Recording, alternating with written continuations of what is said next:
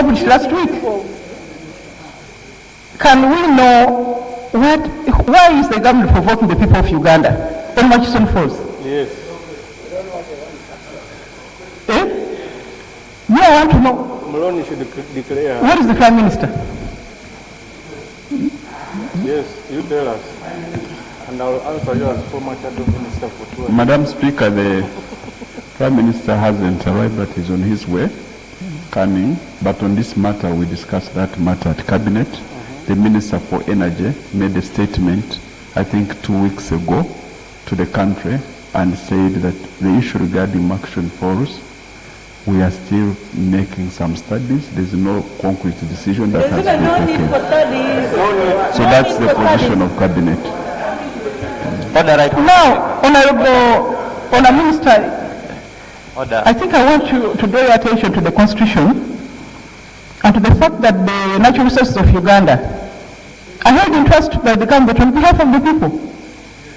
And the people have continuously said, we don't want you to do anything, any damn there. So what are you studying? What are you studying?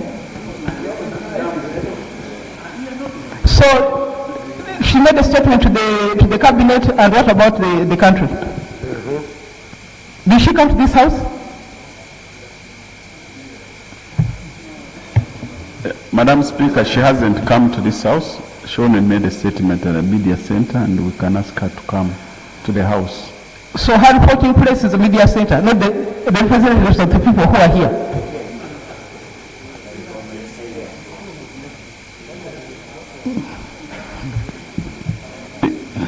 Request, Madam Speaker, that tomorrow we make a statement on that matter. No. It's urgent. The country wants to know. Madam Speaker. You can't run government by talking at the media center. With whom are you talking there at the media center?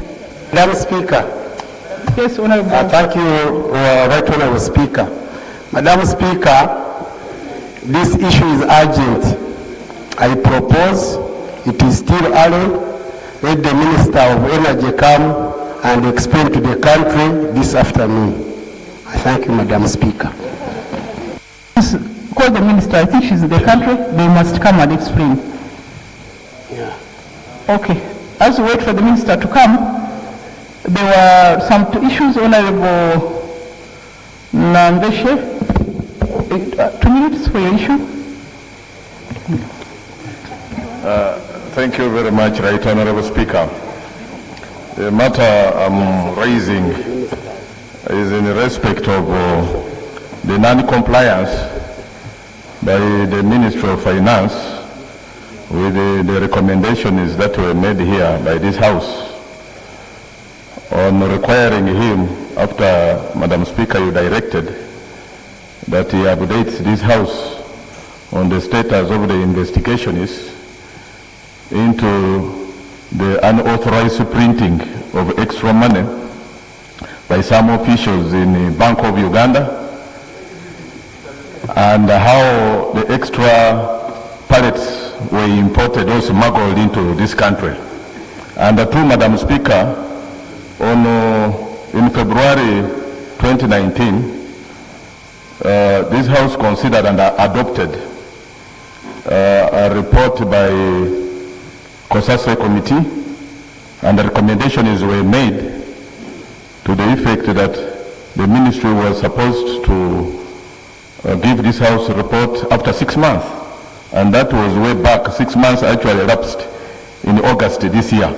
You directed that in a duration of 6 months, the minister was to report back here with an action report from the ministry on the implementation of those recommendations by this House. It is alarming, Madam Speaker, and we are dismayed that up to now, the minister has not filed the Treasury Memorandum detailing the actions taken by the ministry on the recommendations made by this House. My prayer, Madam Speaker, since the minister is here, that you prevail over him to update this House on the status of investigations on the unauthorized printing of extra money and where it is, and those extra pallets that were smuggled or imported in this country, where are they? when my people in Burundi are dying and they require money for evacuation, emergency operations. And two, that he should also file a treasury memorandum detailing the actions the ministry has taken on the recommendations made by this house on the COSASA report on the closure of the 7 commercial banks. I so submit, Madam Speaker. Fortunately, the minister is here. Can you respond to those issues?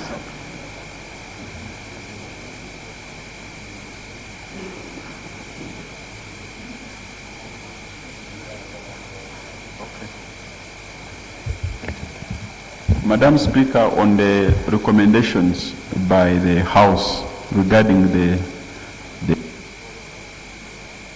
commercial banks, we are sorry we have not filed the Treasury Memorandum, but we are working on it. We will be able to bring it maybe after recess because it hasn't been processed. Honourable Minister, I think you are aware about the requirements of the Constitution. It's supposed to be done within 6 months. Yes. Now it's almost 2 years. Yeah, Madam Speaker, we are processing it through Cabinet. We request for an extra 1 month to bring the Treasury Memoranda on this matter. The second issue is we have not, I'm not in position today to give a concrete answer on how far the investigations into the pallets that were allegedly discovered on the plane. If you can give me up to tomorrow, I can give you an update on the investigations. You may recall, Honourable Minister, that you had undertaken to update the country, I think, every fortnight on that issue, but we've never had the report. Yes. Madam Speaker, tomorrow we shall give a statement on the update of this issue. Okay. Let's get an update tomorrow. Honourable Atiku, 2 minutes. Thank you, Right Honourable Speaker. I rise to raise a matter of national importance in regard to a case of aggravated defilement. Madam Speaker, a child by the names of Nabunga Divine, 4 years old, a resident of Mansana, Yesu Amala, who was defiled by a one Lubega David, aged 22 years. Madam Speaker, this incident happened on Friday, the 6th of December, around 1 p.m., broad daylight. The father of the girl came to me yesterday. He is by the names of Masiga Sam, a teacher whose daughter was defiled at a time when they were marking UNEB exams at Kawempembogo Mixed SS. Madam Speaker, at around 1 p.m., this child who had been left at home with the siblings, one of whom is a boy, was deceived by this defiler to go and buy water in the neighborhood. And as the brother of this girl went to buy the water, the girl was left unattended with this stranger, who later on deceived the young kid and took her to a nearby unfinished house where I think they have been serially defiling young girls. Madam Speaker, on searching, actually when the girl went missing, after the boy came back and discovered that the sister was not there, he alerted the neighbors, and the neighbors mounted a search for about 5 minutes, and later on discovered this man with the girl in this unfinished building 1 kilometer away from the location. They found the girl in pool of blood. Her private parts had been torn. As we talk, Madam Speaker, the girl is admitted in Mulago Hospital for professional handling. This news has shocked many.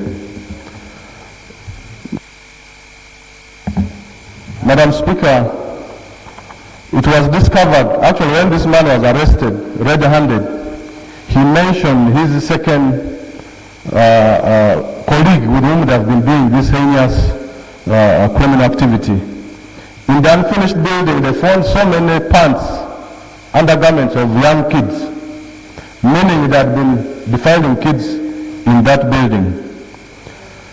Madam Speaker, the neighbors actually came up to confess that their children had been defiled in a similar manner, but they had failed to find who the culprit was. And in some occasions, this very particular man called Rebecca had been arrested on several occasions, but was being released. Meaning, there are some people at Mansana Police, Yosu Amala Police Station, who know him, but either he uses money or what to buy his way out of the cells.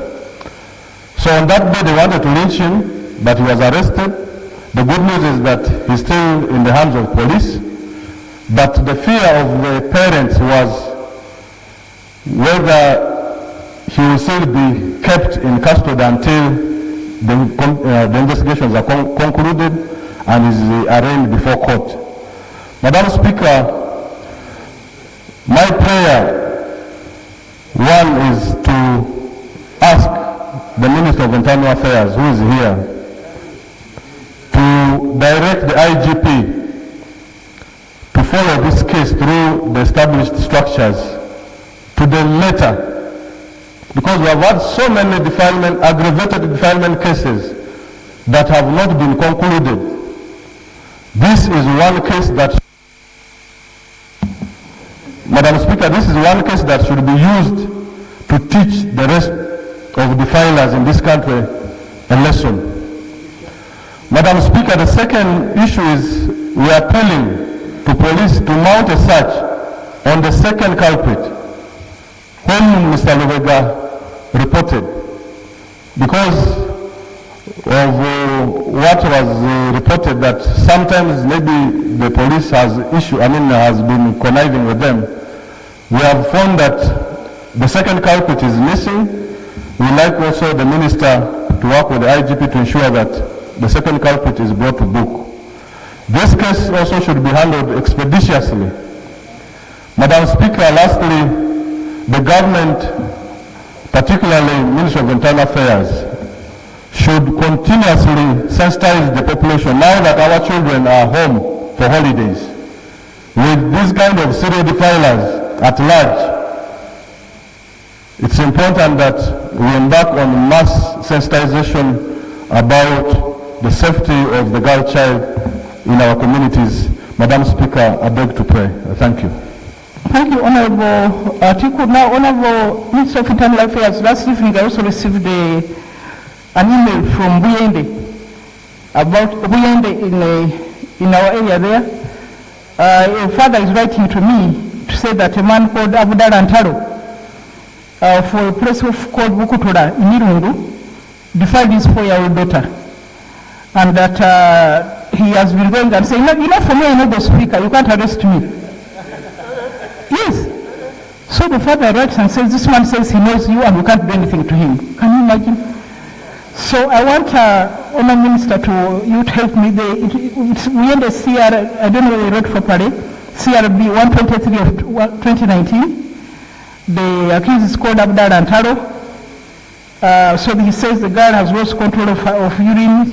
I think the gallbladder is affected. So please help me. So I wrote a note to him that I will ensure that this man is arrested. But you know, in the village, I know the speaker, you can't touch me. So, Madam Speaker, I beg to lay Minister, this okay. piece Please, before the answer, judge, the Minister. CRB, which is 23/06/12/2019. Thank you. Pass me to the Minister. Yes, Honorable Okello. Madam Speaker, the matter raised by Honorable Chiku is a very serious matter. In fact, at one time, and I sat and I was wondering the dilemma parents have, especially when you produce a girl. It's no longer palatable to produce a girl. Very sad. Right Honorable Speaker, recently you constituted a select committee to investigate on issues of sexual harassment in institutions of learning. And I happen to be one of the members that you delegated to this committee. We traversed the entire country and we came up with very practical recommendations that this august House adopted in its entirety. And Ministry of Education was supposed to take up certain actions. Right Honorable Speaker, don't you think it would be procedurally right for us to require Ministry of Education to update this House on actions they have taken in as far as the report of the committee was concerned? Maybe some of the recommendations can help in trying to curb the magnitude of sexual harassment that we have on our children in this country. Thank you, Madam Speaker. Fortunately, the Minister of Education is here. Maybe you tell us how far they have gone with our recommendations. On the report on the sexual, the report of our select committee on sexual offences in tertiary institutions and other educational institutions. I think when we finish it before the budget, I think we did it before the budget.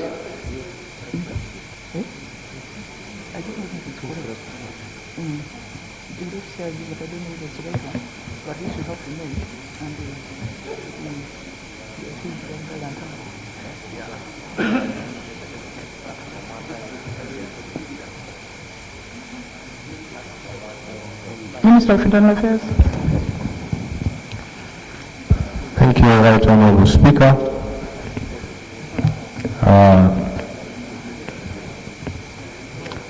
It is sad that we,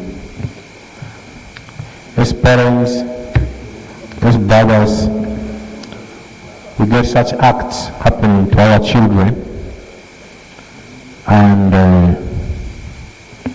we will take all the necessary action.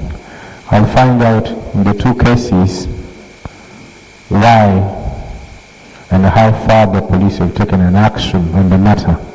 And I can assure the House that we will take every appropriate action to make sure that those people who are involved and those who neglect their duty in line in respect to those are brought to book. That one I want to guarantee here. We do not tolerate people, whether they are parents, making arrangements with suspects who have defiled children over the bodies of those children. To say you make arrangements and you agree, this is a criminal matter, it is beyond the LCs, it is beyond the police, it must go through the courts and be processed through the courts. I can assure you about that. But having said that, let me also use this opportunity to appeal to us all, including the community, to be conscious of their children, the status of their children, and not to be people to hide such actions which they do happen, irrespective of whether I don't know why people hide it. Sometimes they think it is a shame. No, there's no shame. Something bad has been done to your child. The best way to cure that child is to bring it out in the open. And the law takes its course. So my appeal is, as parents, as leaders, and all of us should be conscious of our children and take every action to make sure that we know their status, and whatever happens to them, we expose it and bring it to the process of the law. We take necessary action. Thank you. Thank you. Honorable Wansala, 2 minutes. But he's going to take action. Madam Speaker, I've forgotten one prayer which came from the father of this girl. It's in regard to the remedial surgery. You know, the uterus, the bladder was torn, and when they were referred to Mulago, the bill I think that was given to him was scaring. So he was appealing to us to see whether the Ministry of Health can do something, because we have the specialized women's hospital, which was commissioned recently. So he was seeking for commitment from Ministry of Health to see that the child maybe is catered for as a special case. That's the prayer which I'd forgotten, which I thought also was very key.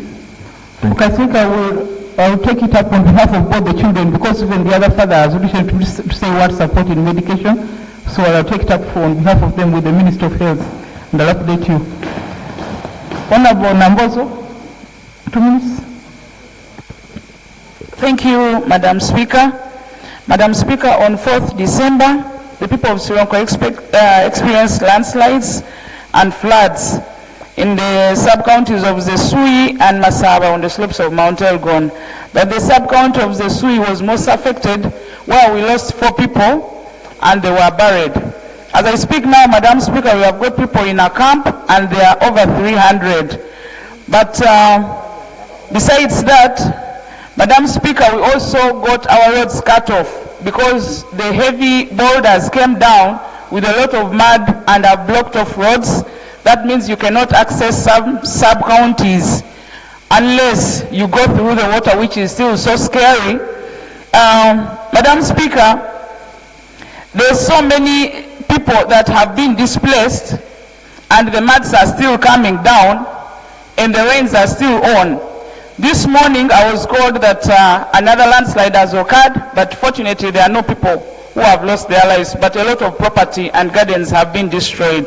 My prayers, Madam Speaker, the Ministry of Disaster Preparedness. As I speak now, we have not seen anyone from the Ministry of Disaster Preparedness. We have people in a camp. They have totally nothing. And as a member of parliament, of course, I did what we usually do. You go with something to give your people, because you're supposed to explain for government and you are supposed to shield them.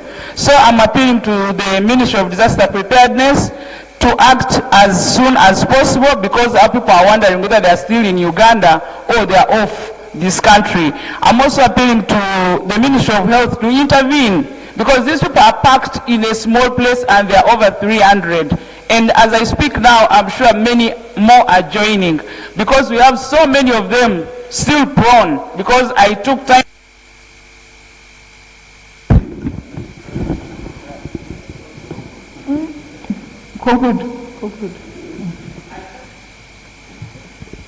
I took time and I walked through the mountain and I saw that there are so many cracks, so many of our people are still prone and they are dangerously located. But they are very willing to relocate as soon as possible. So I'm appealing that the government or the Ministry of Disaster Preparedness, our people accepted long ago to be relocated, but the ministry need to expedite this process, because right now I'm seated with my phone on, I must respond to a disaster that the ministry is supposed to do. I thank you, Madam Speaker. Now, members, yesterday I think I heard the president saying that those people should move, but I don't know whether there's any structure by the government to actually help them to move, and to move where. I heard him saying that people leave those areas. Is anyone able to tell us what the government plans are to really? Madam Speaker, actually the people of Sironko are wondering, because we saw Honorable Cheru in Bududa, But in Sirongo, we have not seen anyone from the ministry. And as I speak, the people I'm talking about in the camp are camping at a school because fortunately it is holiday time. So we need help as soon as possible. I thank you. Okay, I think let's ask the Prime Minister to come and update us tomorrow what he plans to do about the people in Sironko who are camped there without any support, but also the whole program of helping the Ugandans who are endangered to move. Because if you tell them, Mugende, where would they go? With what? You know? Madam Speaker, the situation there is really life-threatening. The rains are still pounding heavily, and the people are helpless, homeless, and hopeless. Because as we talk, the numerous cracks are now turning into massive landslides. So what should be done as a matter of urgency? It should be to evacuate the people now. Evacuate, but there is no way again to keep them. It's only fortunate that schools are in holiday. Most of them are in schools. Schools have been overwhelmed. Places of worship have been overwhelmed. Even the relatives who are keeping a few relatives, they are also overwhelmed by the numbers. And what is also alarming is that up to now, the Ministry of Finance has not released the 20 billion, which this House approved from the contingency fund for these emergency operations. So we wonder what the minister is surely, what the motive could be. Isn't this an ulterior motive at the cost of the lives of the people? Okay, we have expect the Prime Minister to come and tell us. Mungoma, Thank you very much, Madam you're also Speaker. hosting people, yes. Yeah, of course, people from Bududa have been relocated to Bulambuli. And Madam Speaker, as I talk now, they had constructed only 101 houses, sorry. You know English is a foreign language. Now, Madam Speaker, as members of Parliament of Bugisu Parliamentary Caucus, we agreed that instead of government relocating people at a very slow pace, we requested that these people who are affected badly should be compensated so that they find their own level quickly. Otherwise, the majority of the people are badly affected and the government is moving very slowly. So, let me ask you, Honorable Bahati, to ensure that the Prime Minister comes tomorrow and tell us what they're going to do about this situation. We really want answers. Thank you. Let's go now to item 3. Item 3. Yes, Honorable.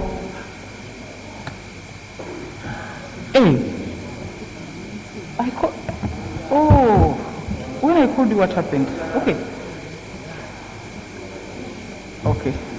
Let me finish the I'll call you. Yes. Thank you, Right Honorable Speaker. I rise on a procedural matter concerning the Sugar Bill 2016. Sorry? That one.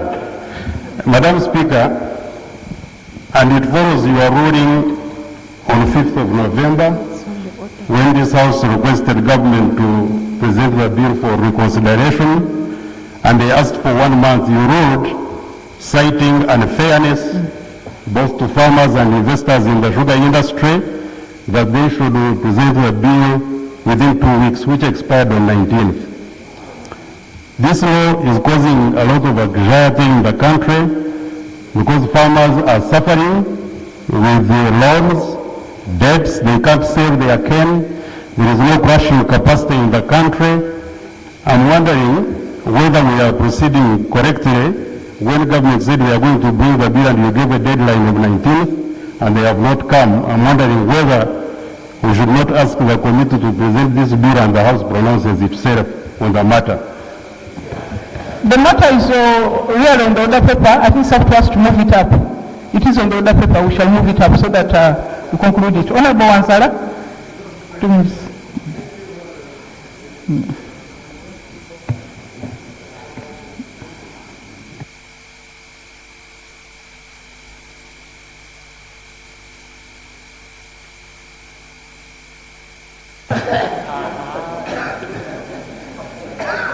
Thank you very much, Madam Speaker.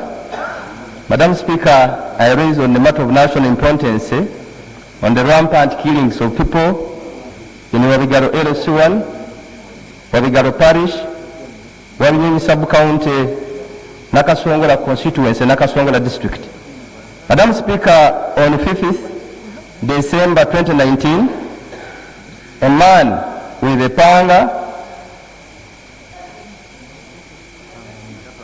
found a lady who was coming from Wabigaro Health Center 3, who was seeking medical attention for his kid. He grabbed the kid from that lady, chopped off the head, and killed that young boy in the presence of the mother. Madam Speaker, within the shortest period of time, this man moved to the neighborhood and found a certain Mzee by names of Matovu Lozio of 8 years, who was preparing his lunch, also grabbed him, chopped off his head, put the head somewhere, and left the body somewhere else. Madam Speaker, at the same time, that man was seen killing a young boy of 10 years by names of Sekanza, whom he also cut off his head and put the head aside and the body aside. Madam Speaker, in the operations of the police, that very day at night, like at 11 p.m., when they were patrolling, they stopped a young man by names of Mutegeki Kevin, who never stopped, but they shot him accidentally and they also killed him. Those are 5 people died on the same day. From 4 p.m. to 5 to 11 p.m., 5 people had died in Nakasongola. Madam Speaker, on Sunday, 8th December 2019, a man by names of Burega, 43 years, Burega Fred, was also killed like at 8 p.m. near Wabigaro Center 3, near the town, in the middle of the road. Madam Speaker, nearby, a man called Mujuni Fred, of 40 years, was also killed near Wabigaro Center 3 the same day. They cut off the head, they put the head somewhere, and the body somewhere. So, Madam Speaker, this is what is happening in my constituency. The situation is very tense. We have tried to see how we can arrest these people. We have worked with police and the army, but of course, nothing has happened. There is a rumor that they arrested 2 people whom they suspect having done it, and the police was confessing to our people when we had a meeting in Wabigaro that they have those people. But me as a member of parliament, I'm not sure unless they show them to the public. Madam Speaker, my humble prayer is that before I go to the prayers, Madam Speaker, Nakasongola as a police station, they don't have even a single patrol. They patrol on foot, they patrol hiring border borders. Madam Speaker, it's really, the situation is alarming and it's uncalled for. Madam Speaker, at the same time, the sniff dog which is being used by Ruwero, Nakasongola and Nakaseke, it is stationed in Ruwero. By the time you need it in Nakasongola, it is at the extreme end of Nakaseke. By the time you need it in Nakasongola, it is at the extreme end of Kichus around Zrowe, so you cannot access it. By the time it reaches, people have already moved around, so you cannot collect evidence. Madam Speaker, my humble prayer. 1, the Minister of Security should come to this house and explain to why this is happening to our Ugandans, preferably Nakasongola, and what is the agenda, Madam Speaker, behind this. Because I've heard the rumor that is also happening in other places. Madam Speaker, secondly, the IGP and the Ministry of Internal Affairs, they should work together to make sure that a brand new patrol is provided to Nakasongola Police Station. Madam Speaker, a sniff dog, particularly for Nakasongola, also be provided so that looking for evidence can be easy for policemen. Madam Speaker, there are police stations in Nakasongola where they call them police stations. When you go to Kalongo, where I stay, it is called a police station with 4 policemen. A police station, to my understanding, is supposed to have 40 personnel or 30 personnel, if I'm not mistaken. But when you go there, you find only 3. Is that one called a police station? Madam Speaker, my humble prayer also on that is that let the police stations be equipped with enough personnel to manage our population. Madam Speaker, at the same time, our policemen, some of them don't have uniforms. When you ask them, they say our consignment was taken to Masindi. For us, we don't have uniforms. Madam Speaker, let the policemen be equipped, be given uniforms so that we can really have the real police. Madam Speaker, I want to thank you so much. Happened from between 10 and 11 p.m. at night. They are regrettable, and we offer our condolences to the families, and we're trying everything possible to assure the community. We have deployed in the area. Our senior police officers, as we talk now, are based there, undertaking investigations, and it's true some people have been arrested. They do not have to be produced at the moment. That arrest is part of the investigations. And at every stage, if you keep showing to the public the people you have arrested, it's possible that you can jeopardize the investigations. Having said that,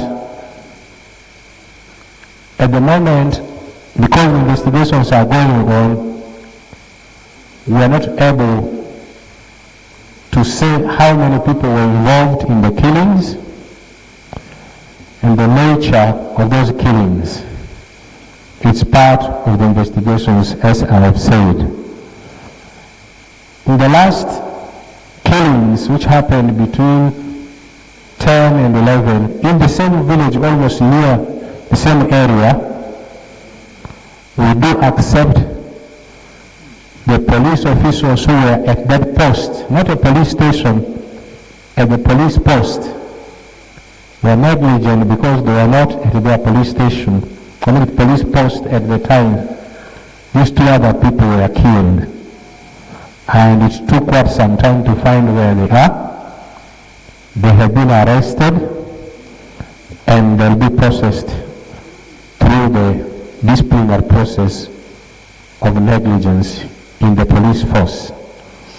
Regarding the issue of uniforms, that's not correct. The police now do have our own tailoring unit, and every year every police officer who is supposed to have a uniform is given 2 pairs of uniform every year. And this has been supplied to all the police officers. Unless a police is on a non-uniform duty, they should be having the police uniform. Regarding dogs, we don't have enough number of dogs in the whole country. I can't tell offhand how many there are, but I want to tell members that it's more expensive to maintain those police dogs than an individual police officer. Yes, it costs more to feed them, it costs more to medicate them, and they are not just any dog. So the number we have in the country is few. Because of that, we have deployed them at the 18 regional offices of the police. The police has what we call regional offices, 18, and they are shifted to the scenes of crime as and when an investigation is required. So once again, the killings in Wabigalo, in Nakasongola are regrettable. They are subjects of investigation, and at the moment I cannot say more than that. And definitely the police doing everything that they can. Regarding the issue, that is not correct again to say Nakasongola does not have a police patrol vehicle. I personally had a meeting with IGP about 6 months ago, and a patrol vehicle was delivered to that district because it's a district, since it is the center of Uganda, it serves so many districts in the country. People coming from the north, people coming from parts around the lake, people come from the western parts and so forth. So we do have a patrol unit. Unless that day it was not working. I thank you. 3-1, honourable members. 3-1. Item 3-1. Item 3-1. 3-1. Statements by ministers on the implication of the Kenyan Land Amendment Law of 2016 on Uganda's properties in Kenya. Mr. Finance. Madam Speaker, we are expecting this response at the end of this week or early next week. We wanted to request that we present the response to the House next Wednesday. Okay. Matter will be reflected again in the order paper next Wednesday. 3-2. 3-2, engineering design and construction of the Isimba Public Access Bridge connecting Kayunga and Kamuli districts. They are not here.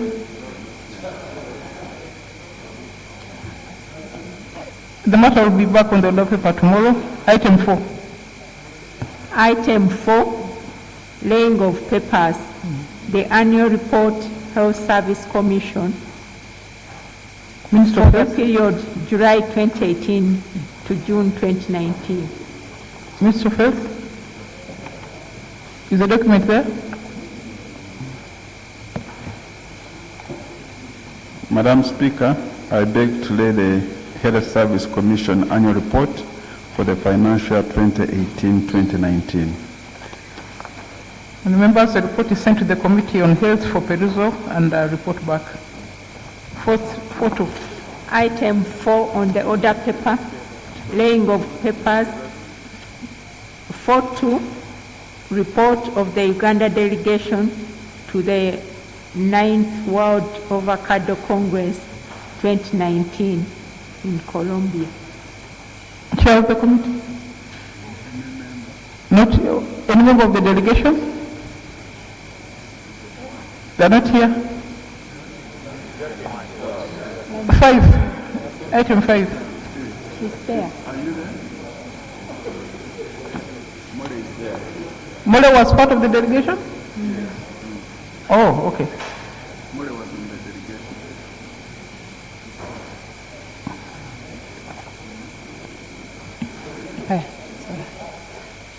Madam Speaker, I beg to lay the report of the Uganda delegation to the 9th World Avocado Congress 2019, Medellin, Colombia, from the 21st to the 30th of September 2019.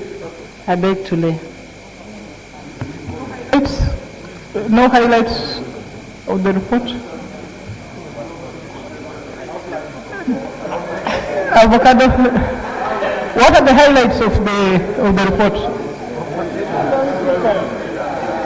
You have not read them. Madam Speaker,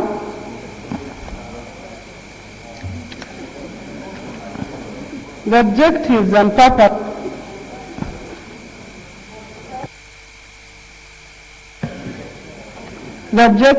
purpose of this convention was this convention is held after every 4 years, and the objectives were to help participants gain knowledge on the entire value chain of the avocado industry, right from production, processing to marketing.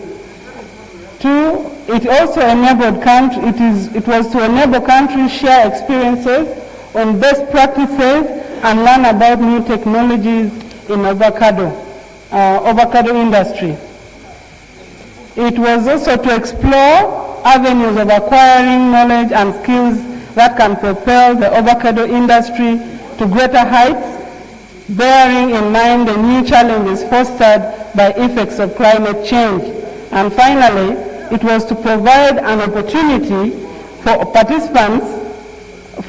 participating delegations to get a broader understanding of the vision of leaders in the avocado industry. Madam Speaker, one of the findings that the delegation got from this convention was that there is all evidence showing that avocado has become one of the world's trendiest foods, and its prices have rocketed to recent years up to 12%, with the average standard price of a single avocado. There is a type called the Hass avocado. The price goes up to $2 and $2 US in 2009. Avocado production requires multiple factors for it to flourish, and there are these are adequate water, soil and soil fertility, proper care during pruning and thinning, pest diseases control and the like. All these factors combined leads to higher chances of having very good quality crops of avocado. And our land, Madam Speaker, is very fertile and ripe. We can invest in this as a country and generate income from it. I beg to lay. Thank you very much. Honourable members, you may recall that some months ago I reported to you that I had visited a farm in Mayuge where they grow this Hass avocado, and the potential to earn 28 million shillings per acre from that avocado. So the committee, I instructed you to go to Mayuge to visit that farm. Now that you have got that report, please go there and give us an update on what you find there and how we can move as a country. Thank you very much. Item 5. Item 5, motion for resolution of Parliament urging government to extend the district quota policy forward for award of the government scholarships to other lower institutions of learning. As you correct members, the Honorable Njero had moved that motion and wanted to check whether it had financial implications. I informed you that we had examined it and it does not carry any implications, so she can proceed. Thank you, Madam Speaker. Madam Speaker, I beg just to read the prayers for the purposes of those who are not present on the 12th of September when I made the presentation. Members, Madam Speaker and honorable members, the motion reads, motion for a resolution of Parliament to extend district quota policy for award of the government scholarship to other lower institutions of learning. And these were my prayers. That the Ministry of Education and Sports and all other responsible government ministries, departments and agencies begin applying the criteria of district quota for admission on government scholarships to these tertiary institutions with effect from the academic year 2020 and 2021. 2, that the Ministry of Education and Sports provides updates to this House on the status of government scholarships on the annual basis, including but not limited to laying on table the list of students on government scholarships in all institutions of higher learning and other tertiary institutions. I beg to move. Thank you. Honorable Nagwamu, briefly. Thank you, Right Honorable Speaker. I stand to second the motion. Recently, we had the government loan scheme. And if you look at the people who are taken up on that government loan scheme, they come to a number of about 1,800. And looking at what is happening with the poverty indices in the country,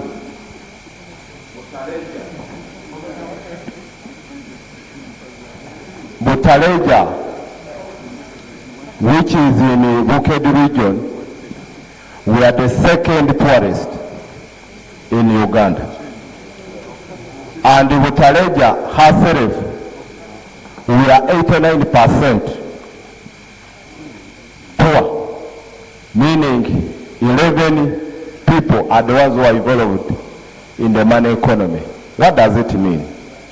It means that our people cannot afford to pay for school fees to these tertiary institutions. I pray that this house, this august house, takes up this responsibility to make sure that Ugandans from all the corners of this country get this education in the form of government scholarships to other tertiary institutions. And looking at what the policy is now, we are looking at government getting interested in the science students only to be sponsored on scholarships and government loan schemes. Our people cannot even afford to go to good schools where they can get the skills that can prompt them to go to these science, to get these science skills that can make them to get these benefits from the government. So Minister of Education should look into this issue so that we make sure that Uganda moves holistically with everybody to achieve the middle income status by training science people everywhere in this Uganda. I beg to second. Does the minister, okay, just those 2 minutes. Thank you. Thank you. People from here and then minister response. Thank you, Right Honourable Speaker. Right Honourable Speaker, I stand equally to second the motion, urging government to extend support to make sure some of these disadvantaged students from our areas, those rural constituencies that we represent and the districts, who may not be benefiting from the already existing quota system. Right Honourable Speaker, you realize the quota system was designed some years ago, and by then the number of students who were sitting senior 6 who were joining universities were few.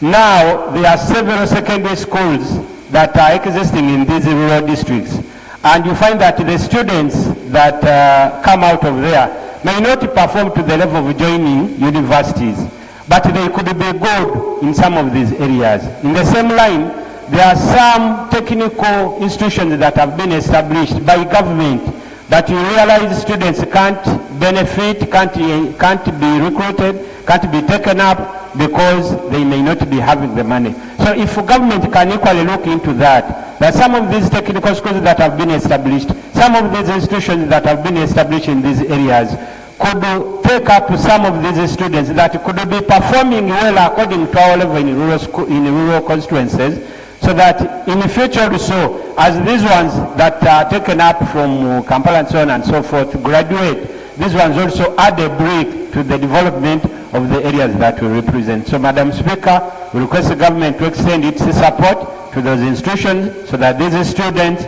in whichever field they can be specialized, also benefit and help the areas that they represent. Honorable Kamateka. Thank you, Right Honourable Speaker. I also rise to support the motion so that we have equitable distribution of resources and that we are able to help those needy students who normally drop out and they cannot go to university. Also, I wish also to add that really it is high time we reviewed the entire government scholarship system, because the students that are sponsored in university are best performing students, and usually the best performing students are those who have gone to the best schools and they are sons and daughters of the well-to-do in society. Really, I think we should know the status of our of income of our people, of the households, so that we are able to assist the students who are needy. rather than just pick the highest performing when they are the most able to pay for their education. I'd like to support the motion to say that the district quota system should be extended to lower levels of education. I thank you. Mutabi Okello, then Thank you, Right Honorable Speaker, for the opportunity given to me to contribute on this motion. I want to thank the movers of this motion and indeed support the motion for the extension of the quota system to these lower institutions. Right Honorable Speaker, it was the commitment of government initially to have BTVET institutions extended to every constituency. But because of budgetary constraints, this has not been achieved. And most of our people would have benefited from such institutions if they had been extended to the constituencies. So under such circumstances, for this country to move forward, we need to raise our capacity to exploit our natural resource endowments in order for this economy to take off. And this can only be possible through improvement in skills by most of the young people, which is currently not tenable. It is therefore prudent to undertake such a step to increase the number of students who can be in position to get such skills. And therefore, having this one in place is one way of achieving the necessary skills. I therefore wish to support this motion wholeheartedly in order to take our country forward. thank you. Honorable Okello, then Kasivante. Madam Speaker, like my colleagues, I rise to support the motion. And right from the onset, I want to state that a good policy is that which has got the characteristics of universal application without necessarily segregating any section of the people. Right Honorable Speaker, when the district quota system was introduced, it was meant to address the imbalance in admitting students on the basis of general performance. So you find some of the districts cannot adequately compete to the extent that some students end up going to tertiary institutions. But if this imbalance is to be addressed, then it would only be fair that the benefit that would have gone to students who would succeed in going to university levels could as well be given to students who can access tertiary institutions. And this would give a chance to students in districts that do not have students admitted to universities at all. But the problem also here is that this chance is limited. Even for districts who have performed extremely well and quite a number of students admitted to universities, they are as well benefiting from the quota system. So this is limiting the opportunity that should have gone to districts that have performed badly and preferably to students who end up in tertiary institutions. And Right Honorable Speaker, we have students who are very bright students indeed, but who are financially disadvantaged. I think if this scheme could go to such students, we would have them graduate from tertiary institutions and eventually they would No, Kasivante. Thank you very much, Right Honorable Speaker. I stand to support the motion and actually to thank the mover of this motion. It is very timely. I happen to be a member on the Committee on Education and Sports, and I can review some very fundamental information as far as government sponsorship is concerned at the university. One, government sponsors just about 4,000 students across its 10 public universities. Two, there are two categories of people benefiting from the taxpayers' money as far as education is concerned. One category is the best performers sons and daughters of the rich who actually go to private schools because their sponsors have money. When it comes to USCE, they perform best and then government adopts them from there. Its own students, those that go to universal secondary schools, are the ones that are left out. It has failed with them. It is now adopting those from private schools. But the second category is the well-connected, those that benefit from State House scholarship. You must be known the president. The Twarwana, we fought, the cadres, senior cadres of the NRM party, and the likes, they go to State House scholarship. Now, the rest of the Ugandans remain helpless. Actually, when we are passing here, half a minute. We are passing the higher education loan scheme, the act to do with the loan scheme. We put it clear that all these other government scholarships would cease and all the money goes into this scheme. Then the board would determine, because if a son, a daughter of a permanent secretary went to apply for a loan, it will not be simple. It would look for that of the poor. Up to now, Right Honorable Speaker and members, the State House scholarship still exists alongside the loan scheme. Now it is again the poor who go for loan, but government can only manage hardly 2% of the would-be beneficiaries of the loan scheme. Thank you. Now, Wamai and then the Minister of Education. Wamai. Thank you very much, Madam Speaker. Madam Speaker, some years ago I was a member of the Central Scholarship Board, where we used to give out scholarships to Ugandans. But it's very, very unfortunate, Madam Speaker, that students from the districts outside Kampala never benefited from these scholarships. We know that most of the best schools are around Kampala. Most of the primary schools where children get falls around Kampala. And therefore government was giving these scholarships to the children around here. What about the children of the poor? From Bududa, Nakapiripirit, Kasese, Bundibujo, they are not benefiting at all from these scholarships. So I support the motion and feel that the scholarship scheme should be extended to all those schools up country. But then the government came up with another scheme and said we are giving scholarships to only science students.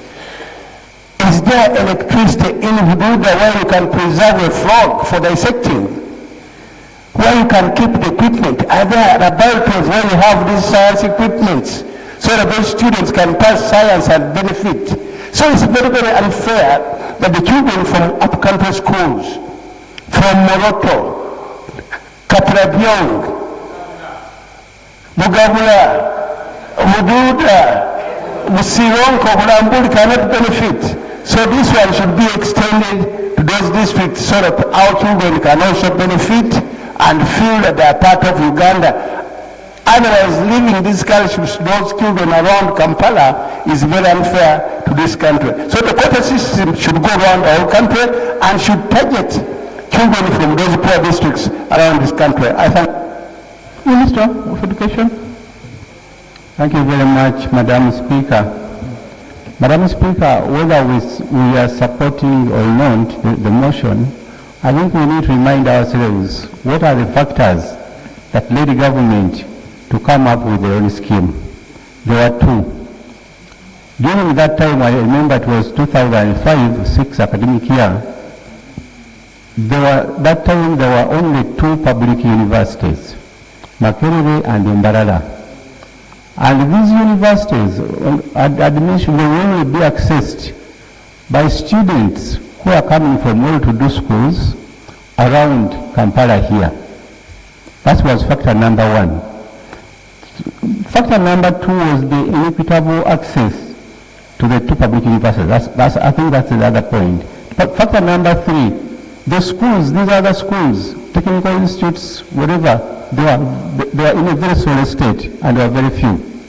But as we talk now, Madam Speaker, factor 1 of 22 universities, we have now 9 spread all over the country. 2, these institutions we are talking about, the tertiary, lower institutions, there are very many all over the country. Government has invested quite a lot of money in even revamping the old traditional schools and many others, and we have even built new ones. So there are schools almost, secondary school, good secondary school, very soft, with the teachers all over the country, almost all over the country, almost in every sub-county. The issue today is not a quota allocation. The issue is the money. One of the solutions to this would have been giving more money to the loan scheme. This loan scheme is targeting, trying to address the issue raised by my sister here. You know how much money we have put into the loan scheme. What we would be struggling to do is to add more money, because the loan scheme has come down to supporting our brothers and sisters who are going into those tertiary institutions. The other is, right now, government supports 30% of the students who are admitted in those tertiary institutions, which are spread all over the country. If you give us more money, we will increase the number to 70 instead of 30. That's why I think, right, Honorable Speaker.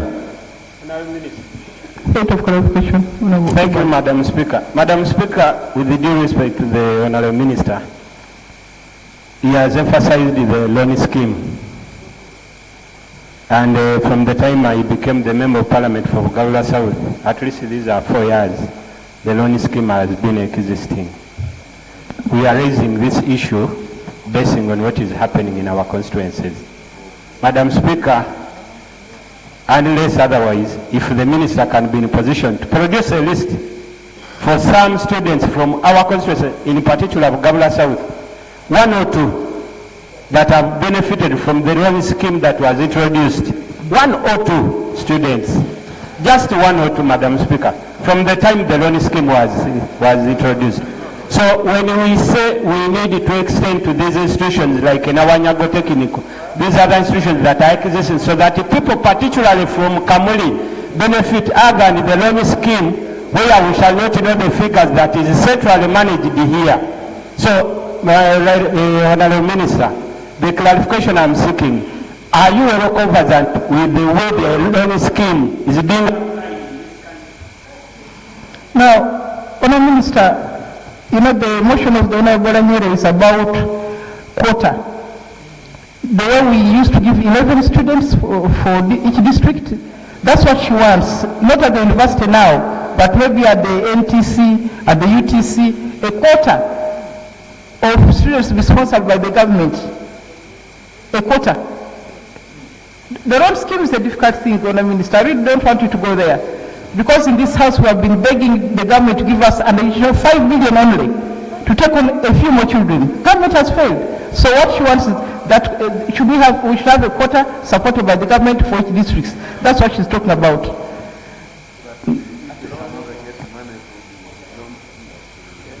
Right, Honorable Speaker,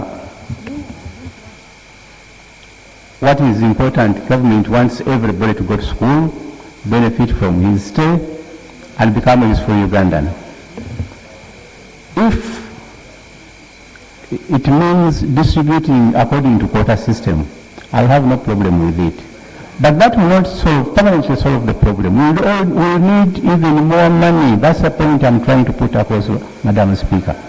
The idea of quota system, with me, I have no problem with it. But even the little money we get to sponsor these students, there is a high need to increase on that amount of money, Madam Speaker. Otherwise, the idea of quota system, I have no quarrel with it, Madam Speaker. Sir Minister, this is just an appeal from the people through their representatives, So we're asking you to take this proposal to your ministry and discuss it on its merits, and then come back to us and tell us what you think. Thank you very much, Madam Speaker. I'll do that and get back to you. Okay. Thank you very much. So, Honourable members, I put the question that this House do adopt the motion as moved by Honourable Anyero. Those in favour say aye, the contrary no. Ayes have it. Item 6. Item 6, motion for Item resolution. 6. Items. On what, Honourable? Thank you, Right Honourable Speaker. Madam Speaker, just a few minutes ago, one of the members raised an issue on floods in Sironko. And she also stated that there are some other cases of cholera that are coming up and other outbreaks. And now the ministers of health are present here in Parliament. May I request that, Madam Speaker, maybe they come in and give us a brief on what they are doing at the moment, because some of the neighboring districts like Butaleja are at risk also of getting an outbreak of cholera. Thank you. But I think they cannot just come in casually today. Can you give us a report on the state of cholera in the country, taking into account what is happening? I'm sure soon I'll come to tell you that there is a problem in Kamuli. We have serious floods, facilities are broken down. Yes, Minister of Health.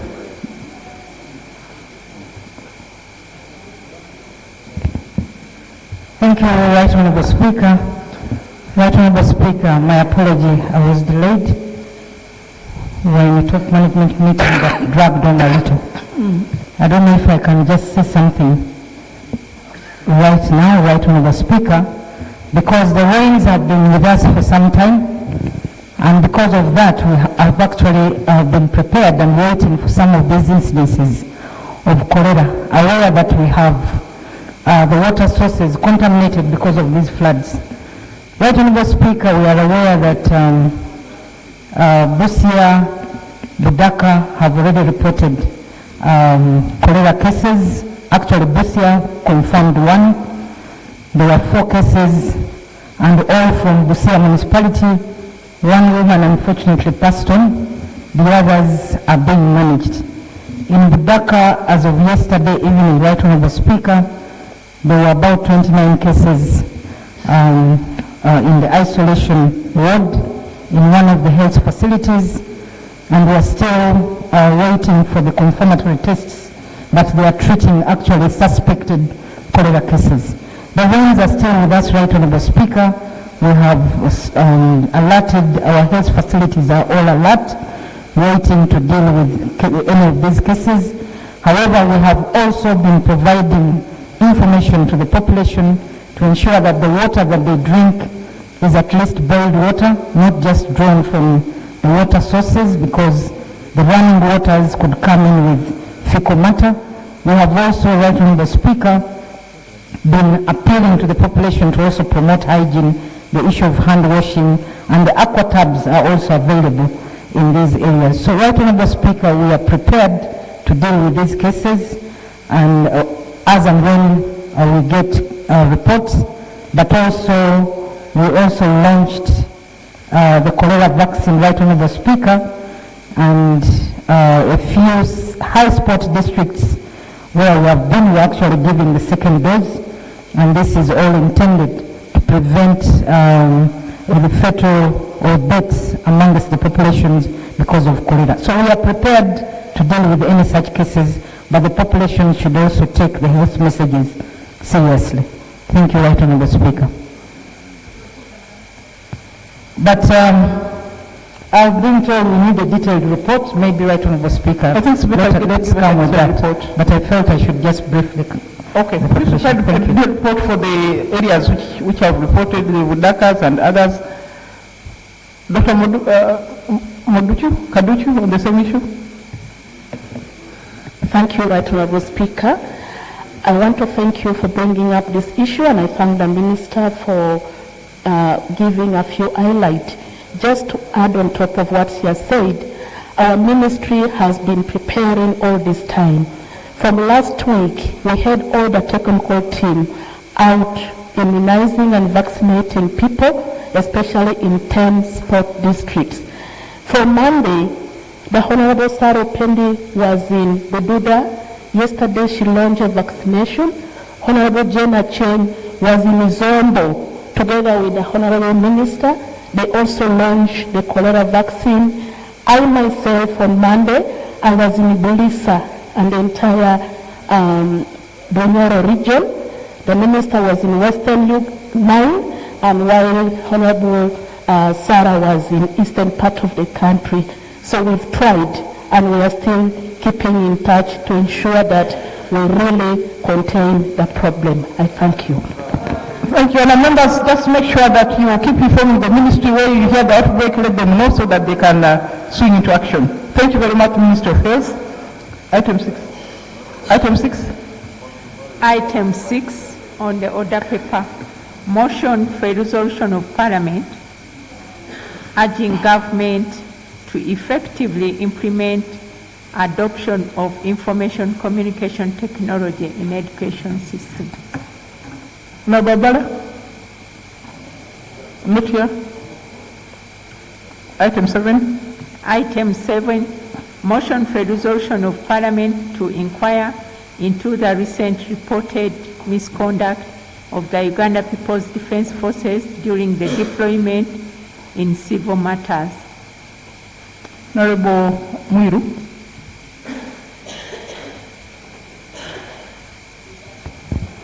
Thank you so much, Right Honorable Speaker and colleagues. It's a motion of resolution of Parliament to inquire into the recent reported misconduct of the Uganda People's Defence Forces during the deployment in civil matters. It is moved by me and under Rule 55 of the Rules of Procedure and seconded by members, Honorable Kedo, among others. Whereas Article 208 of the Constitution of the Republic of Uganda, 1995, establishes the Uganda People's Defence Forces, UPDF, and stipulates that the UPDF shall be non-partisan, national in character, patriotic, professional, disciplined, productive and subordinate to the civilian authority. And whereas Article 209 of the Constitution of the Republic of Uganda 1995 and Section 7 of the UPDF Act spells mandates of the UPDF to preserve and defend the sovereignty and territorial integrity of Uganda, cooperate with the civilian authority in emergency situations and in case of natural disaster, foster harmony and understanding between the defense forces and the civilians, and engage in productive activities for the development of Uganda. And whereas the Article 2010 of the Constitution provides that Parliament shall make laws regulating the Uganda Post Defense Forces, and in particular provide for the organs and structures of the Uganda Post Defense Forces, recruitment, appointment, promotion, discipline, and removal of the members of the Uganda People's Defence Forces, and ensuring that members of the Uganda People's Defence Forces are recruited from every district of Uganda, and the terms and conditions of the services members of Uganda People's Defence Forces, the deployment of troops outside Uganda. Further, aware that in the recent past, there has been increased intervention of UPDF in civil matters, notably regulation of fishing industry and calling of protests by students at Makerere University. Noting that gross violations of human and people's rights have reportedly marred the intervention of the UPDF in civil matters, which ordinarily should be a preserve of the Uganda Post Defence Force as commanded by Article 212 of the Constitution of the Republic of Uganda. Whereas sections 42 to 45 of the UPDF Act provide for aiding of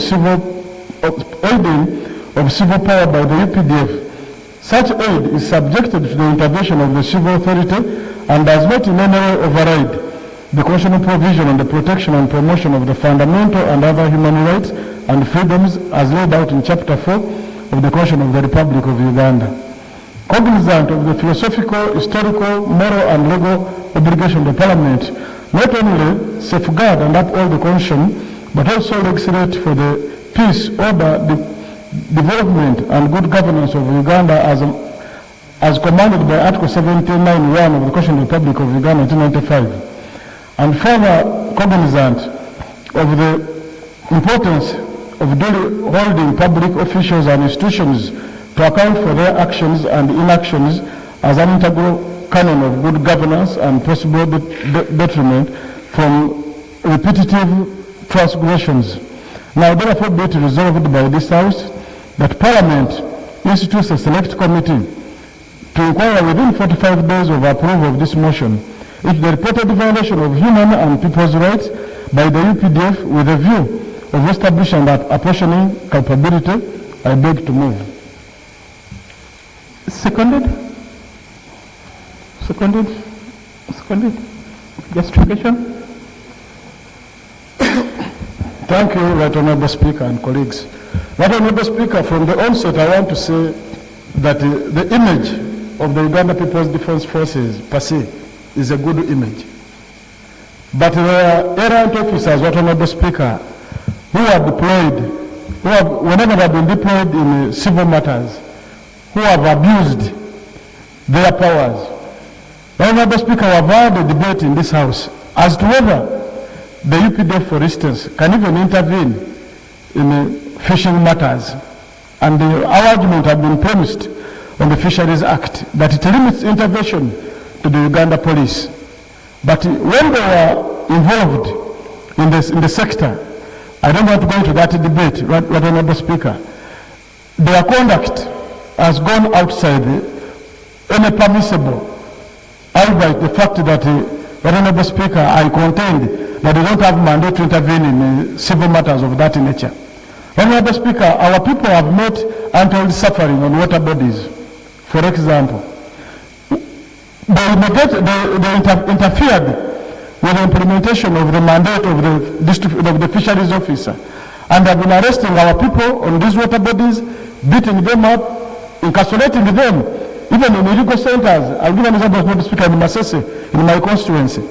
They rented the premises, they arrest people, whenever they find with fish, incarcerate them in those areas, and not even knowing that they don't have even the capacity to know whether the fish which has been caught with these farmers is that prohibited by law. They don't have the competence.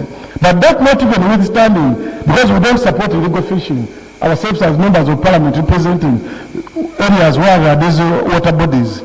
But Mr. Speaker, they go at length to torture, beat up these people, violate their rights. Mr. Speaker and colleagues, you have been watching social media all over. When they are beating, the army is beating up people.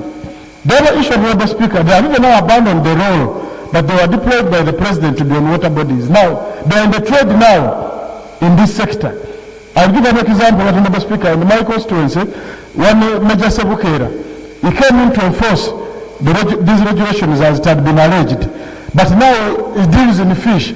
He bought a vehicle, he impounds fish from our people, and at the end of the day now is a trader.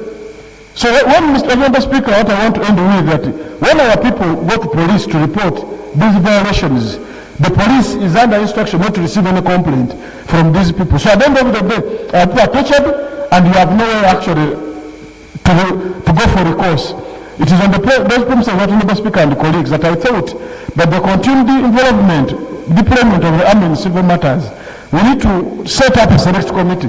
We are not necessarily targeting an individual, so that we interface with our people in the area, so that the individual officers who have gone outside their mandate and they want to tarnish the image of the UPDF actually are investigated and brought to book. I beg to submit. Thank you, Honorable Speaker. Thank you. Can I invite Honorable Kalemba? Not here, Honorable Kelo? Seconder. Madam Speaker, I rise to second the motion moved by Honorable Paul Mwiru. Right Honorable Speaker, the object of this motion is very clear: to institute a select committee to inquire into cases of violation of human rights. This is the object of the motion. Madam Speaker, a few months ago, this August House received a report from the Committee on Agriculture, and there were several cases of torture and killing by the Fisheries Protection Force. For instance, in Namayingu district, The report was very clear about the death of Mr. Omondi Frederick. And Right Honorable Speaker, even the commander operation of the Fisheries Protection Force confirmed the death of Mr. Omondi Frederick in the report of the Committee on Agriculture. But there is no known action taken against the perpetrators of such crimes to date. Madam Speaker, Mr. Lutaya Edward, on the 5th of June this year, under the detention of the UPDF, Fisheries Protection Force, at Bangala landing site, collapsed and died, and he was later on buried. He's a person who was coming from Nakasongola. On the 3rd October 2017, I rose on the floor of this house and raised the matter of Mr. Ocheng Moses of Alemere Cell, Abur Court Ward in Amota Town Council, who was arrested and tortured on the 5th of May 2017. He was detained, his health condition deteriorated, and he was moved to Makshan Bay Hospital in Luzira. But unfortunately, he died on the 25th of June 2017. The family learned about his death 3 months later, and long after he was buried in a mass grave. Madam Speaker, Mr. Jock Emuga and Okelo Amwana were gunned down by this team when they were doing their operation at Udiedo in Awelo sub-county in Amota district. Right Honorable Speaker, arising from the recent operation, personally I have treated so many torture victims, treatment from a member of parliament, so many tortured victims. The list is long. Madam Speaker, Uganda is a state party to the UN Convention Against Torture. And this country has got the Prevention and Prohibition of Torture Act of 2012, prohibiting any form of torture or cruel or inhuman or degrading treatment. And it also provides for crimes of torture. But I have always wondered why the Fisheries Protection Force of the UPDF act with impunity as if such a law doesn't exist. Madam Speaker, what has taken place arising from the operations of this team has led to gross violation of human rights. And it is my prayer that public officials and institutions should be accountable for their actions. And this would promote good governance if we could have this done. If we could hold people accountable, whether it's an individual or the institution, we hold them accountable for their actions. Right Honorable Speaker, this will promote good governance. And this is what the motion seeks to address. May it please you, Madam Speaker, therefore, that you find the constitution of this select committee appropriate so that it can inquire into cases of abuse of human rights in this area.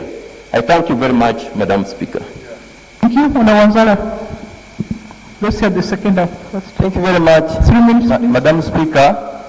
Madam Speaker, I stand to second the motion of a select committee to be formed by this House or by the Speaker of Parliament. Madam Speaker, now I want to talk about the very many impounded vehicles which are parked in Nakasongola district.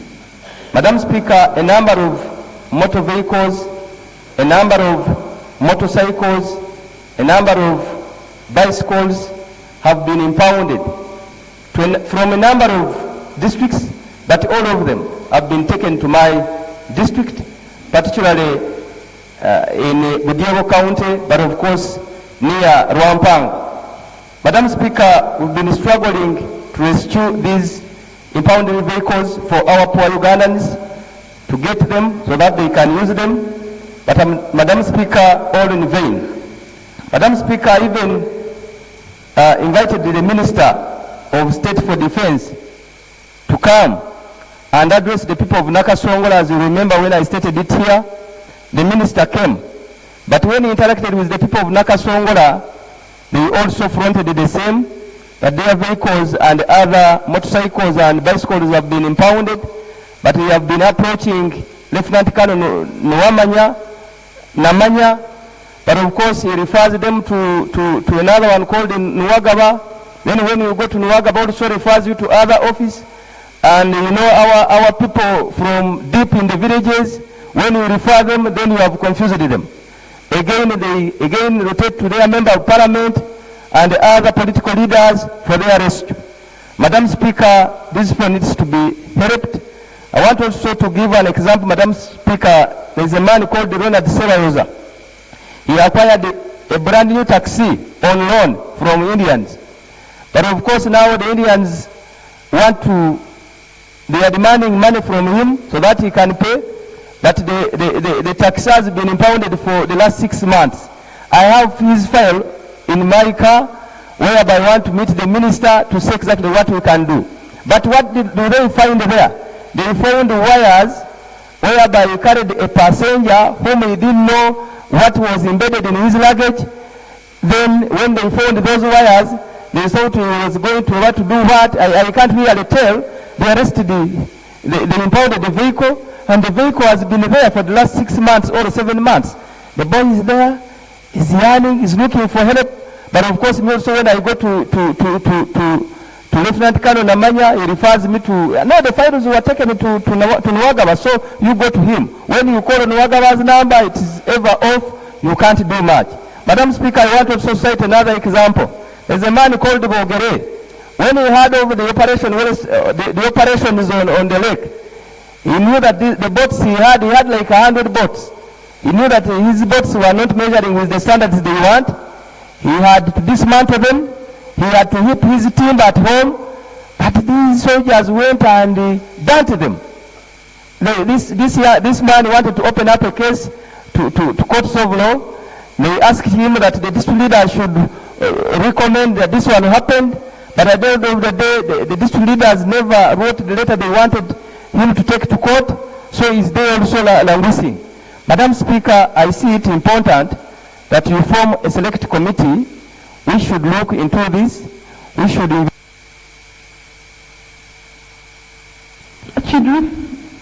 Chidri, then Ugodokolo Island, Namveshe. Okay, the last three here. Thank you, Madam Speaker. In Chikobe.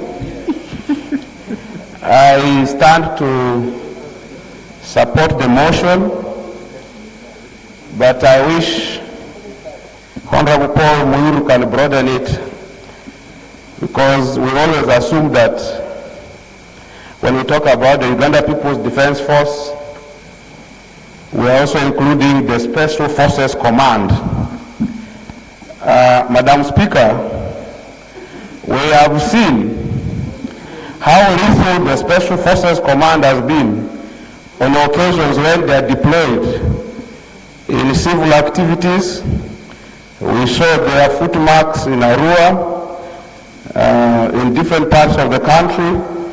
So even here, so we could probably broaden our understanding of human rights violations by bringing them on board. Right Honorable Speaker, this motion is timely because we are heading to 2021 general elections, and I'm sure the Army will become very central in executing the activities of elections in a year's time. So documenting human rights abuses is going to act as a very good mechanism to check on the issues of excessive use of force in situations where it's not really warranted. Madam Speaker, in my opinion, I'll also amend the motion a bit by saying that we don't necessarily need a select committee.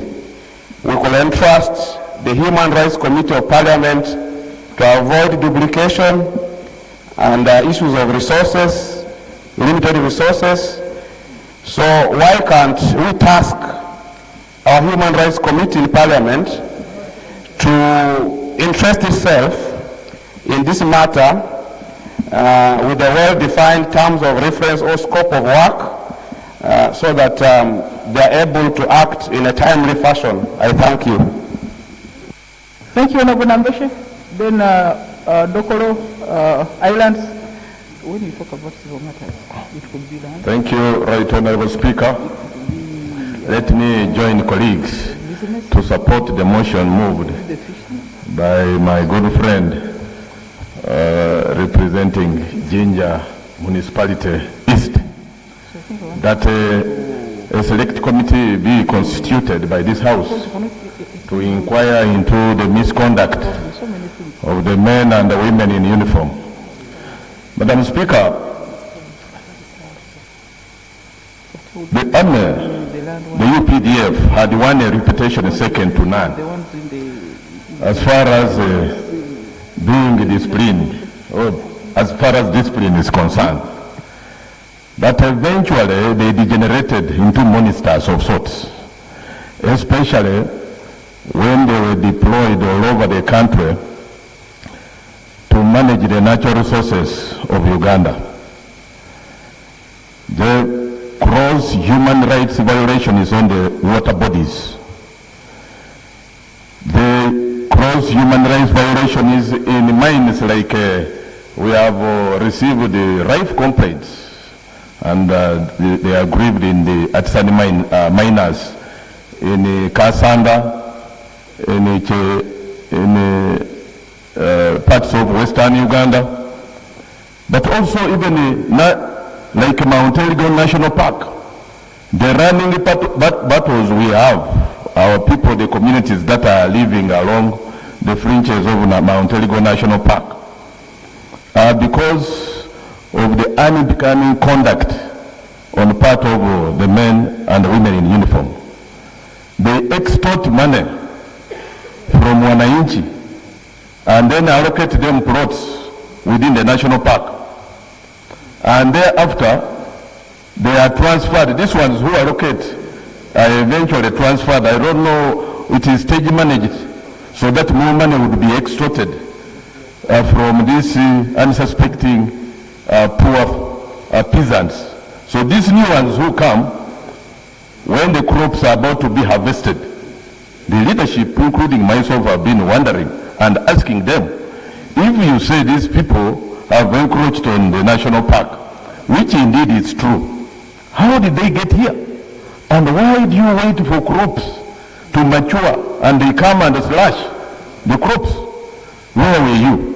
But it is all about extortion. They extort money, and they have perfected that art of extorting money from wananchi. That's why you even realize that on Lake Victoria, after confiscating the fish, even the gadgets they use for fishing, they sell them. Members, in Jinja, I understand there is a big warehouse where people's boat engines are kept and sold from. Honorable Gong. Madam Speaker, I support this motion because the conduct and behavior of UPDF is in question. Madam Speaker, the Constitution is very clear and it stipulates the mandate of UPDF. But right now what our army is doing is not within the mandate that is given in the provided for in the Constitution. Madam Speaker, we have received reports of unreasonable use of force by UPDF. We have got report from around Kyoga, even in my constituency, reports of abuse of our people, excessive use of force, and resulting into harm to our people. Madam Speaker, I want to inform this Parliament that UPDF has destroyed properties in my constituency. The boats have been destroyed by UPDF. They have also burnt the nets, fishing nets, that our people have been using. I've asked my people, all the leaders in my district, to collect this information, Madam Speaker. And I want to appeal to you, Madam Speaker, if you can give me time next week to present the clear record of what they have done to my people. So many boats have been destroyed, and my people have been using this to look for money. But now they can't pay school fees, they can't even support their needs of food. So if it pleases you, Madam Speaker, next week I would present a full record of what they have meted to my people. Madam Speaker, UPDF, we have respected them for a long time. They have been the bridge between the people and the army. And that's why we have the representatives in this parliament, because we thought they would stand in between government and the people. But it is now the same UPDF that we respect that are doing all these bad things to our people. Madam Speaker, I'm in possession of a letter from the President, copied to members of Parliament from Lango sub-region. I read this letter very many times, and I wondered how a president can write such a letter. And I think the letter was badly drafted, it was of bad intention, and it is outside the law. The president cannot be the law. UPDF inflicted harm, in his constituency in Kyoga.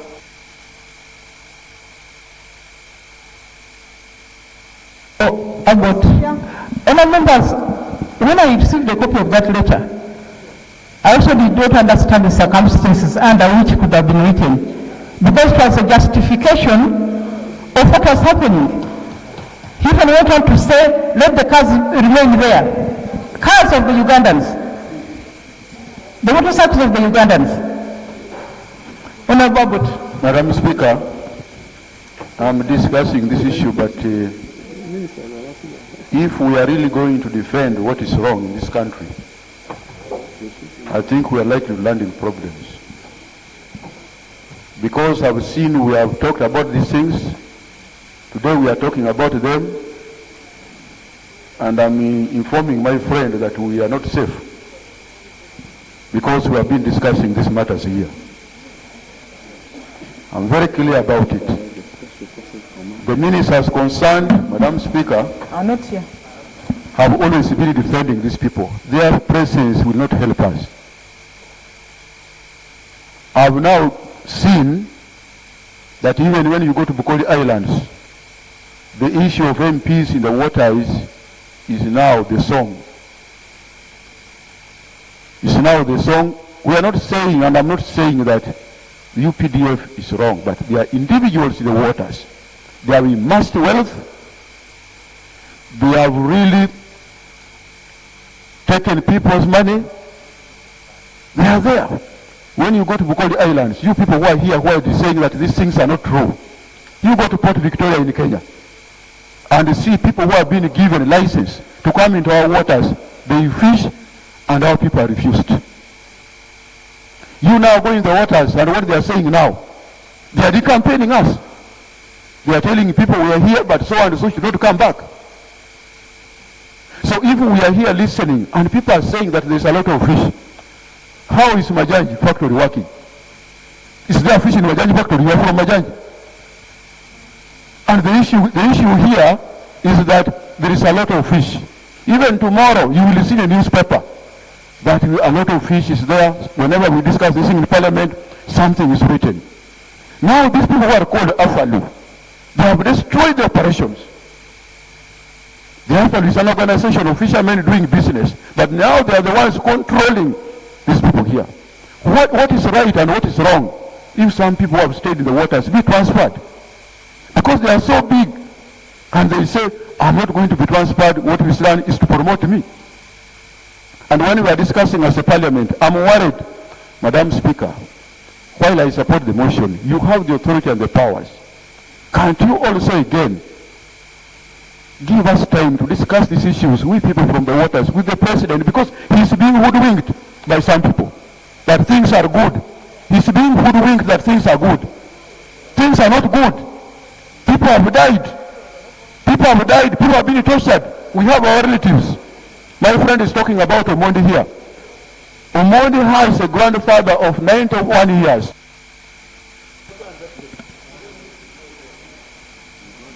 Honorable Ongom Mujuka and Anyarachi. Thank you so much. Oh, Chikube, yes. Okay, Thank you so much, Right Honorable Speaker. 3 minutes, please.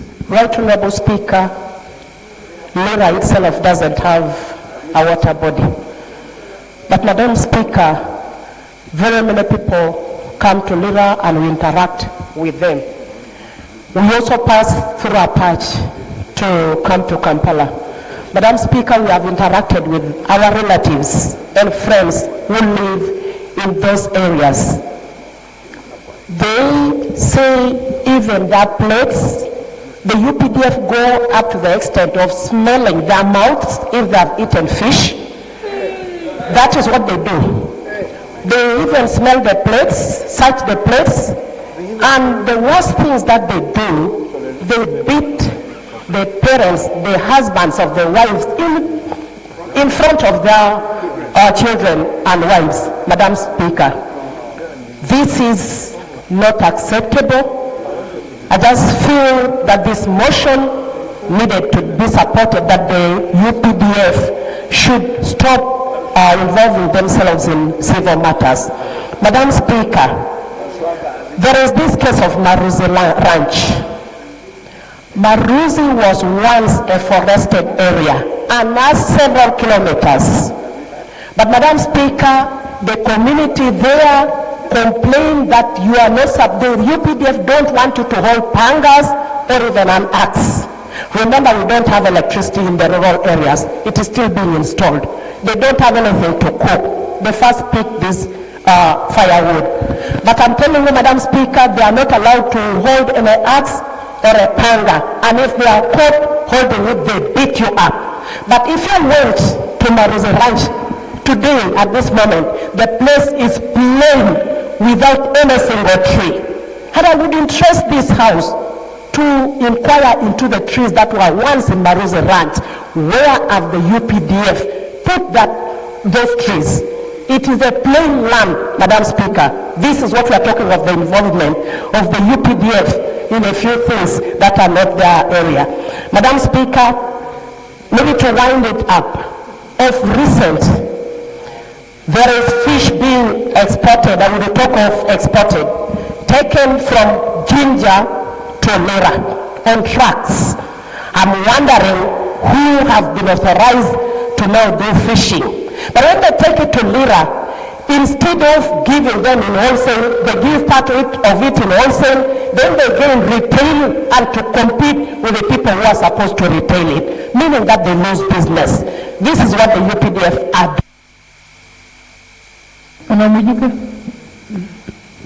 Thank you so much, Right Honourable Speaker. Right Honourable Speaker, the army is not trained to keep law and order. The army is trained to kill enemies of the country. Yes, they are supposed to be at the borders and attack enemies that are going to attack Uganda. They are not supposed to be keeping law and order.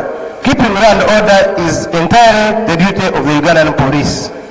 Now, because they have now mingled into the works of the police, that is why they are doing unprofessional work, because they don't know what they are supposed to do with the communities and the public. Unfortunately, they are now deployed in almost all departments of the country, of government. They are distributing seeds, giving out passports. You go to migration, they are there. They are deployed in parliament. You know, they are in universities attempting to rape children. They are in Makerere. The report is about, you are about to get the report. So, Right Honourable Speaker, they are even grabbing land. In many parts of the country, they are grabbing people's women. So, Right Honourable Speaker, I think it's a very serious matter. It's so serious, we haven't seen them beating journalists on the streets. I think we need to investigate this matter and order that the army should go back to their barracks and go and wait at the borders. If Rwanda wants to attack us, they should be there. If Kenya wants to attack us, they should be there. But the matters of Ugandans in conflict with other Ugandans is entirely the duty of the Ugandan police. I want to thank you. No, on your right, then Honorable Pamiso, and then Honorable Erago. Thank you, Right Honorable Speaker. I want to thank my colleague Honorable Mwiro for this motion. Right Honorable Speaker, on our Lake Albert, they have gone so little that the UPDF, the force of Uganda, connived actually with the soldiers of Congo to come and rain terror on the people on the lake. Now when you go to them that now these Congolese are hijacking us, they've taken our people, they're killing our people on the lake, they're killing you here. Actually they okay it themselves. That is how they have gone so dangerous. You go to report to them, they say no, those are just Congolese. But the next time you actually hear they're having meeting with the same Congolese soldiers. Right now we speak of brutality of the military men, especially in civil matters. For us, they not even start with the fishery we're seeing here. If you go at the time when we had NFA very active, meaning the lives of the trees were still there and they are not finished our trees. These trees, the people felling the trees were being guarded by UPDF. And they would shoot people like in the forest. Now these are people who are like, these are forests who have guarded this forest for all these years and so on. You are cutting them, at least let's have some pieces that we can use for firewood. Bullets. You come to taxation, enforcement or payment of tax. Right now, for us who are at the border, they just, you are riding a motorcycle without the number, please arrest me and enforce how I should pay. But they're shooting these young men dead. That they have the powers, they've been given powers for them, the tax enforcers, they shoot anytime they want. I think, Right Honorable Speaker, information. Thank you, Honorable Anyarat, for giving me time to give you this information. The information I wanted to give you is that in Amuru, the district passed a resolution to stop commercial charcoal burning.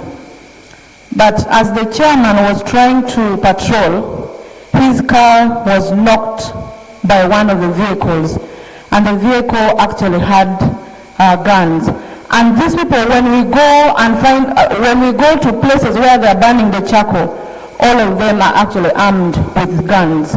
So this is a situation that is actually happening. And when you try to confront them, they are very rude. Personally, when I went to confront them, when I came back, I found over 10 soldiers armed, waiting for me, and they were asking, what were you doing in the bushes? And yet I was in a place where I was elected by the people. So, Right Honorable Speaker, I think we need to take our armament to Kenya for benchmarking, and in Ghana probably. They understand how military men are actually supposed to protect the country, not just fighting or killing the citizens. Otherwise, short of that, we'll be so scared. There were statements made here. Remember, Right Honorable Speaker, when Parliament was biting so hard, an army commander said, we can cause a coup d'etat. We're like, what? And now here again, in all this exercise of, operation on the water bodies, when you hear the chief in command, it's okay, he's saying, I want to thank my people, you are doing a good job. You know, that alone is... Then, Eragu.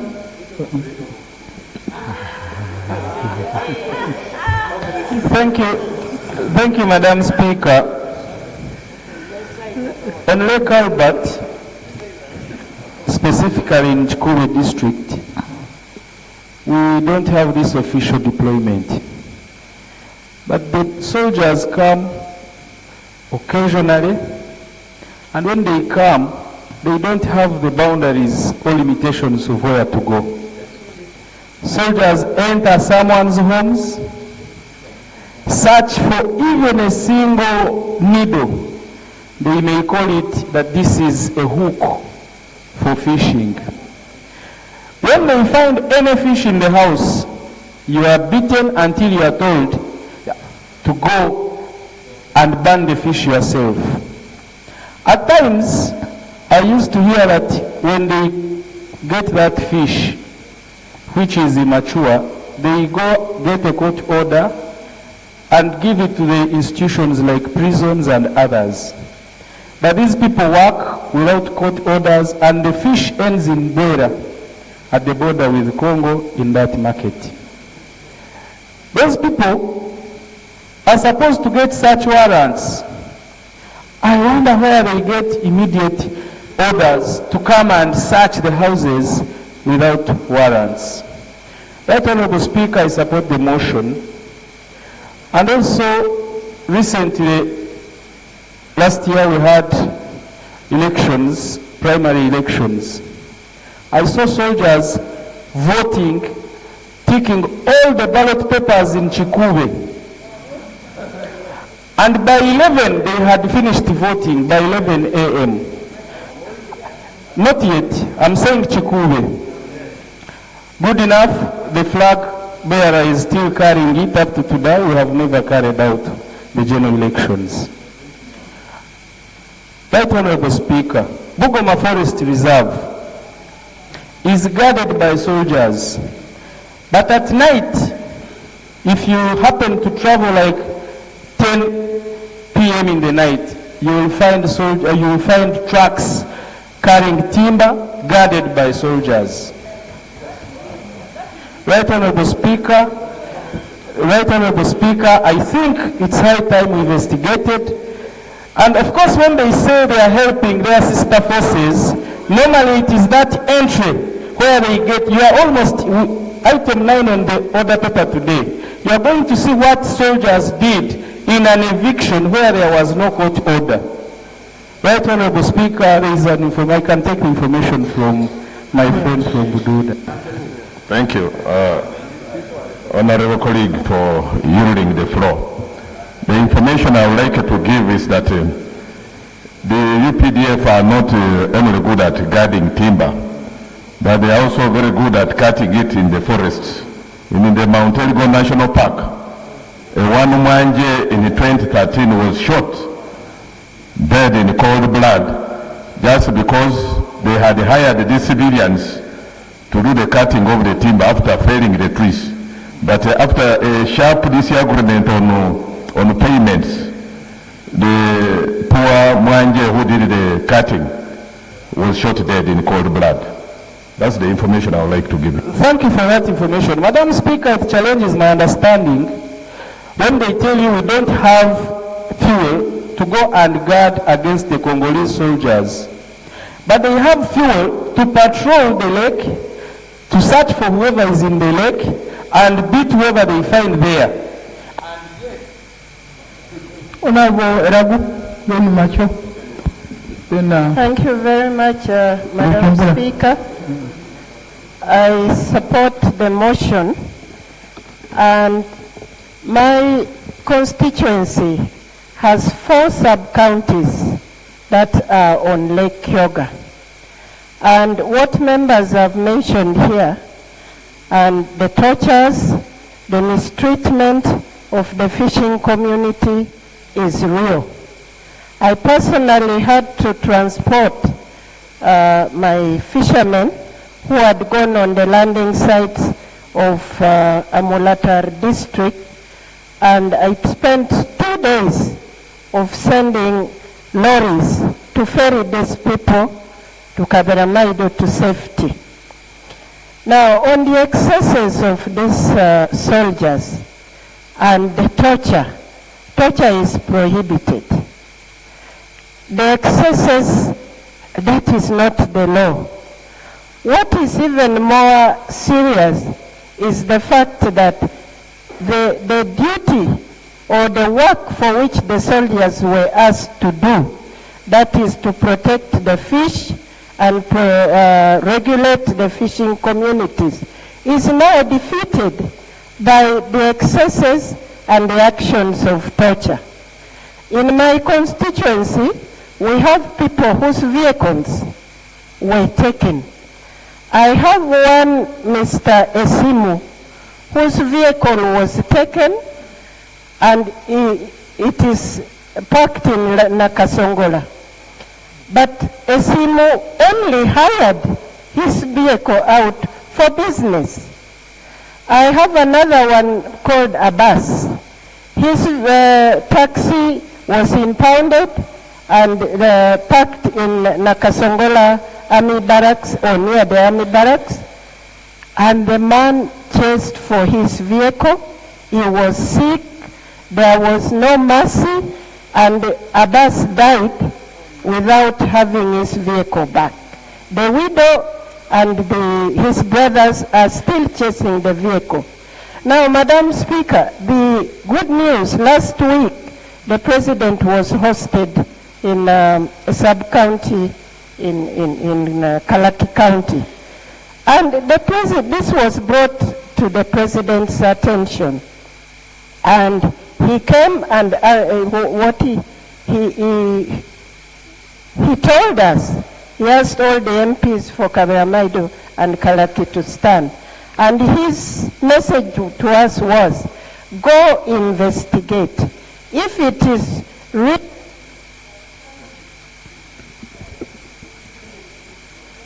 Anyway, you speak, but I don't know. I don't know what you wanted you to do. And let me not anticipate. You say your things. 1 minute more. No. Well, it was brought to his attention, and he gave some measures that action should be taken. Now, my submission is that let us ask the Human Rights Committee of this Parliament to investigate this matter. They succeeded with Nalufenya, they've succeeded with the safe houses, and I am confident they will also handle this properly. I thank you. Right Honorable Speaker, before I came to this Parliament, I had a lot of respect to the Uganda People Defensive Forces.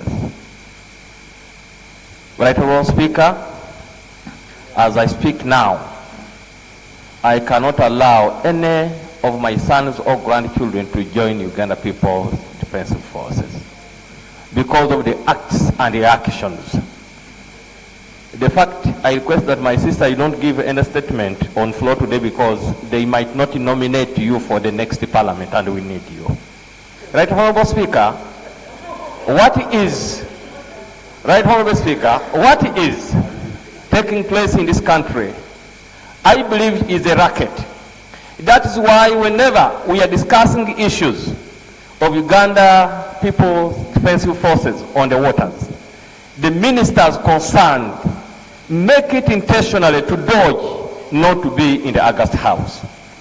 Many times when we have complained, the same ministers have kept defending the Uganda People's Defensive Forces on the water.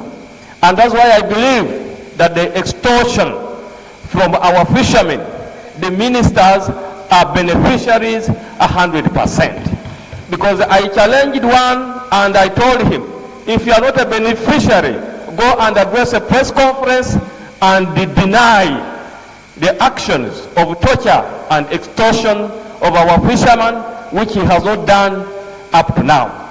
Busia border, as I talk now, the East African Federation is just a lipstick because of the Uganda People's Defensive Forces. Our brothers and sisters from Kenya fear to cross the border to come because many times they have been harassed by the Uganda People's Defensive Forces. Right Honorable Speaker, I want colleagues to agree with me that it is almost 6 months ago when the same UPDF Marines crossed to Busia, Kenya, and they were arrested in a territory which is not of our country because they were chasing people who were carrying moreover mature fish. I therefore support this motion. And as I support it, I have a prayer, Right Honorable Speaker.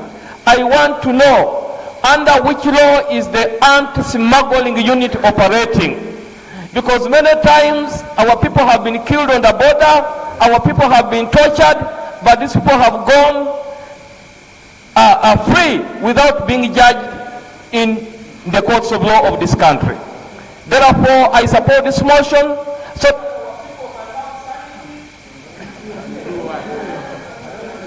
Honorable Triamuhisa. Thank you, Right Honorable Speaker. And I would like to thank the Honorable Mio for bringing this timely motion, because the torture by the UPDF in local communities has gone beyond human imagination. In Weshama fishing village in Rujumbura, in Rukungiri district, they have even gone to the extent of allocating powers themselves of giving licenses.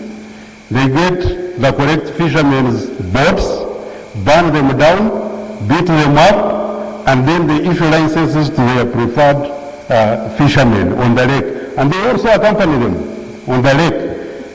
By that act alone, they are amassing wealth. They have taken over people's jobs, which is unbelievable. I talked to Honorable Minister for Security, General Tumine, myself, when this was going on in Weshama. He only said, you are a civilian, what do you want us to do for you? But I don't understand military powers. That is the kind of arrogance that is attached to these operators. So this torture has led people to flee their fishing zones, flee their homes, and they have become IDPs in their own communities with no food and no protection. Now we are worried, as we go into the election year next year, we are worried that they are going to be deployed in the election processes. You very well recall that some time back people died in Rukungiri during elections.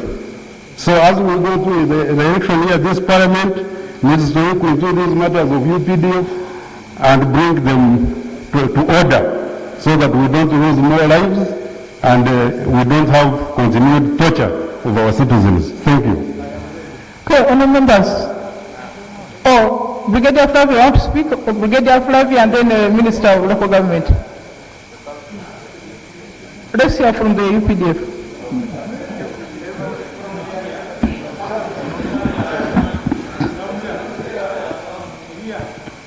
Thank you, Right Honourable Speaker. Protection from the Right Honourable Speaker and members, as usual, begin with, of course, apologizing for what is happening. But I want to address myself to the move of the motion. He started by rightly stating, during his submission, he talked about errant officers. And he also talked about, he was a bit specific, that actually the soldiers or UPDF soldiers have been deployed, but the process of deployment, we've had cases of errant soldiers or officers committing some atrocities or torturing people or violence. And that means that, Right Honourable Speaker and members, that this is not, or else these are members of UPDF, but it's not UPDF as an institution or as a force. Right Honourable Speaker, members have kind of demanded that they are demanding that we should pull out from operations in the nature of, some members have insinuated, yes, that we should withdraw from operations in regard to aid to civil authority. But Right Honourable Speaker and members, this is a constitutional mandate that we fulfill. However, if there are some areas or if there are some things that have not gone well, it doesn't mean that actually we are irrelevant. We are very relevant, Right Honourable members. And Right Honourable Speaker, the other point I wanted to mention is, how does this come? We usually have a call-up procedure. Soldiers do not deploy themselves without being called by the other security forces. Yes, the call procedure, Right Honorable Speaker, is there. Where we are usually, yeah, in the wisdom of the deploying authority, I will not go into NADS. I won't go into the different operations that we've been deployed. But what type of order?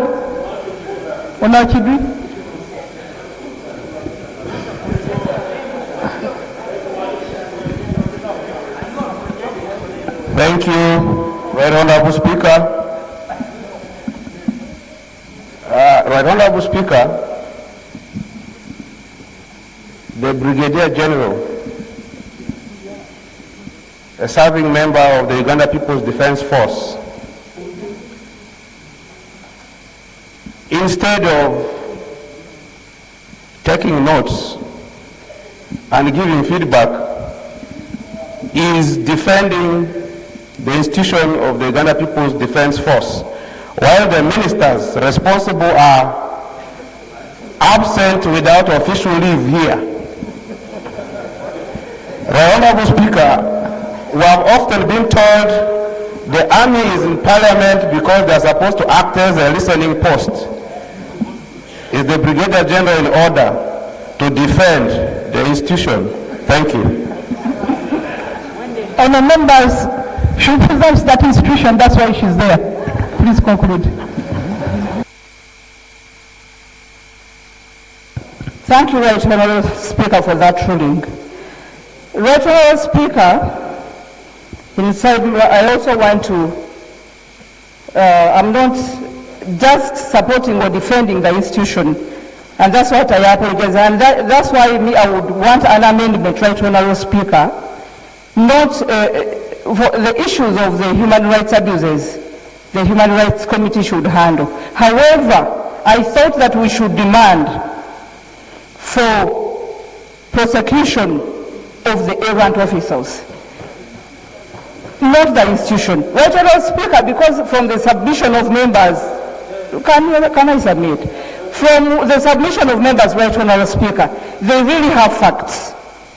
According to their submission, they know the people, they know their names, they know where they are. So, Right Honorable Speaker, from the time we've been talking about this, my amendment would be that let's focus on those errant officers to make sure that they are brought to the book. Otherwise, Right Honorable Speaker,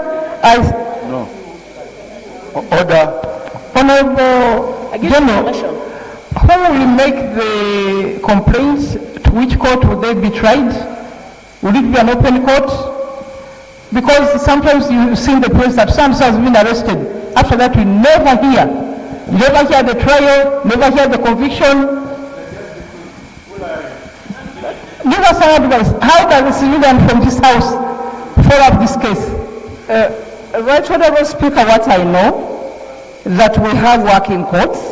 We do prosecute people. We have general court martials, we have disciplinary courts, but we have the general court martial, which is active and every day prosecutes and people are in prison. That whoever has the contrary to that, Right Honorable Speaker, we are disciplined the force. We do prosecute, we do condemn, we do pass sentences, we do have courts that sit every day, Right Honorable Speaker. Honorable Speaker, Madam Speaker, first of all, the errant officers are known. Even to your letter that you wrote to the President, you did mention them. Madam Speaker, the captain, the major they are talking about, Sevukera, has been in the waters for the last 3 years. He was arrested. He has done more harm than good. The two army men who killed Omondi was said to have been taken to court martial. They were never. Even the minister was here saying that we are dealing with them. So, but I really agree with the brigadier. The ideas are very bright. But the issue is it in order to bring the issues again back that the errant officer should be given to them? When the names are already given, they have, the minister has the names. We have written to the president, everybody has their names. Is it in order? Where are we now going to take the names if we have given them everywhere? Honorable General, you know, I'm one of those who complained on behalf of the people. Yeah. In writing, I named all the officers who are involved. What do I hear next? Savukera is now a major. When I reported he was a captain. Now he's a major. And I'm the speaker of this country. So, Right Honourable Speaker, much obliged, Right Honourable Speaker.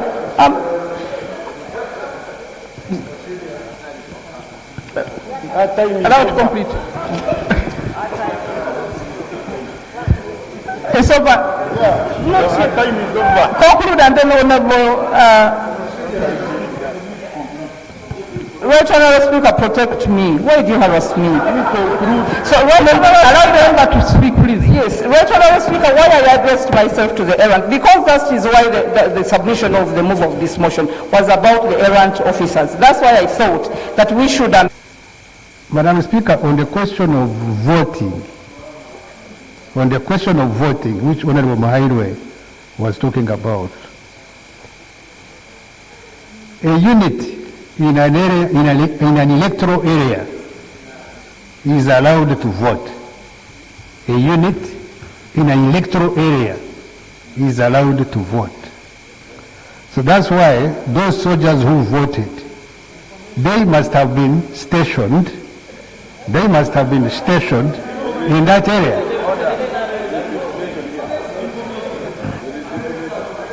You can give me the information. Thank you, Honorable Minister. The information I want to give you is that these were primary elections and soldiers are non-partisan. That is one. Number two is that they were bringing pre-ticked ballot papers and by level and take away boxes which were empty and bringing the filled ballot papers. Not that they were voting themselves. So, Right Honourable Speaker, that is the information I wanted to give my senior member. Thank you, Madam Speaker. But that information is totally wrong. Soldiers don't vote in party primaries. They can only vote in a general election. That is all. The other point, Madam Speaker, I wanted to talk about. Order, Right Honourable Speaker. Order, Right Honourable Speaker. Honourable, one point of order.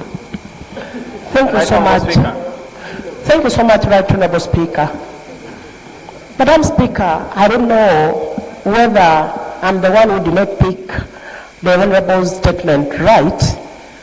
The Honourable said it was primary election where the UPDF got involved when actually they are non-partisan. And the minister is saying the Honourable is totally wrong when he was there on the ground. The minister was not on the ground. Is he actually right to rule that the Honourable is wrong in his statement when he actually said it was in primaries and he himself was not involved and he was not down on the ground? Is he in order? Honourable Minister, are you familiar with the facts of the primary elections in Kikuwe?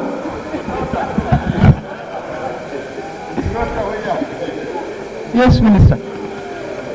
Defending what you cannot defend. I am familiar with that area. He's talking about Kikuwe district. He's talking about Kikuwe district. He's talking about the one who was standing. He's talking about the relationship between that one who was standing and the other one.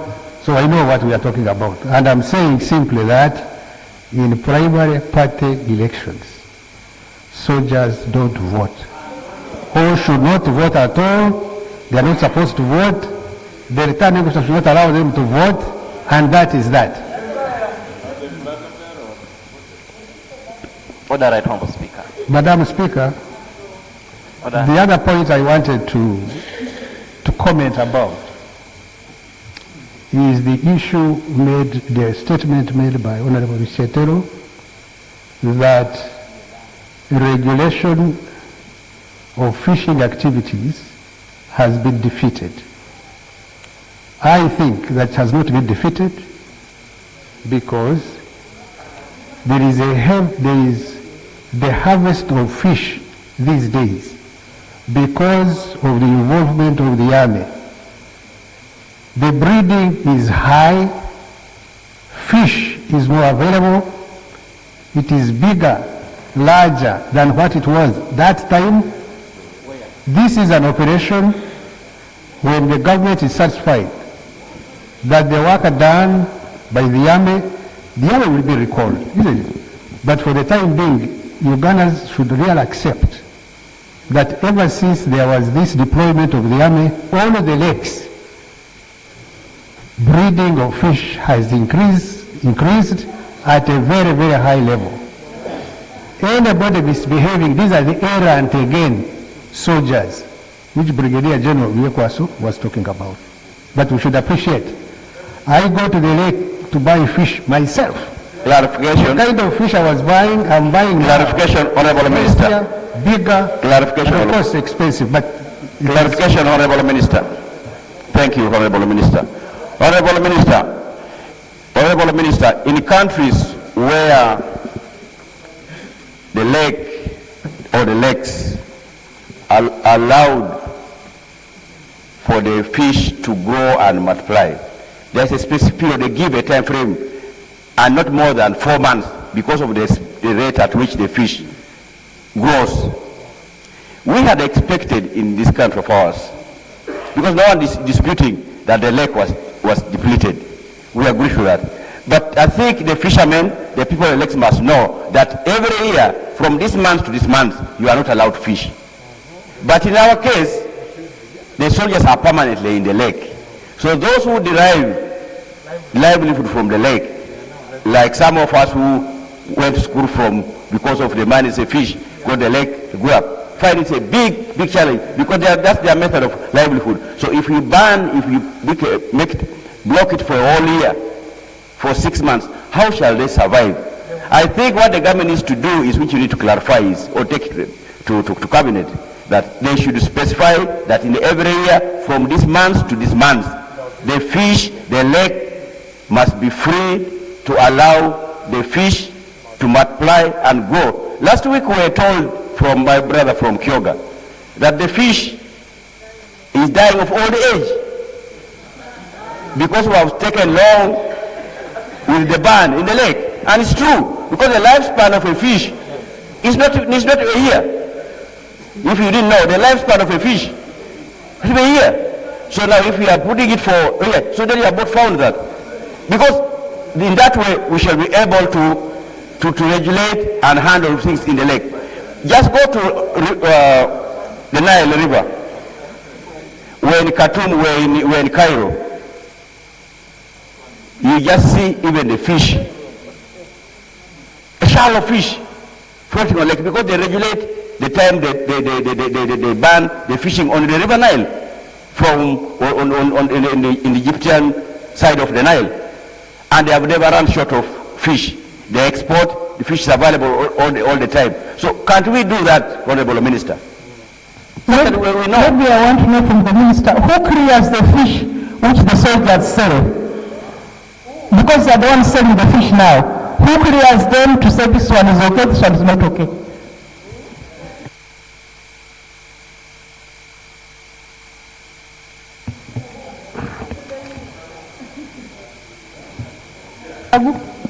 Thank you, Madam Speaker. I think the Minister has misinterpreted what I said. I had two situations. One is the excesses of the soldiers. The other one is the protection of the fish.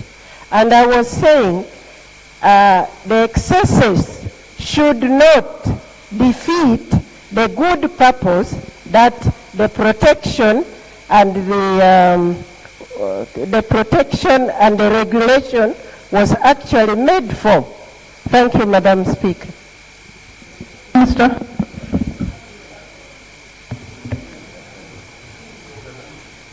I have accepted the Honorable's clarification, and I made my point also. But finally, who clears the fish which the soldiers sell? That is a commercial activity. a commercial activity, isn't it? That is a commercial activity. I cannot really, Right Honorable Speaker, I can't really explain because that is already now a commercial activity. But finally, Madam Speaker, on the question of fish,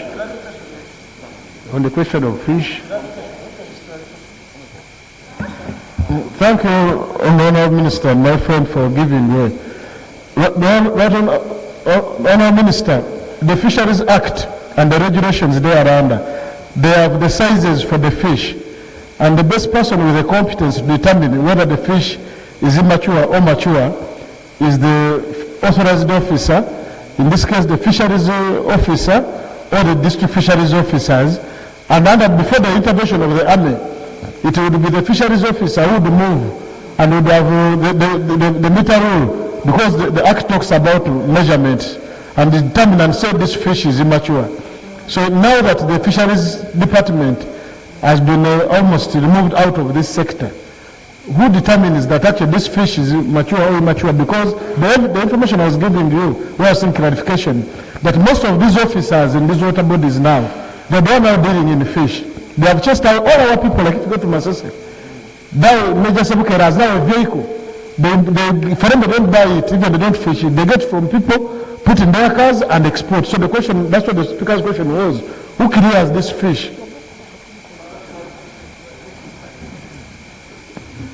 Madam Speaker, I'm not going to answer but the most important point is that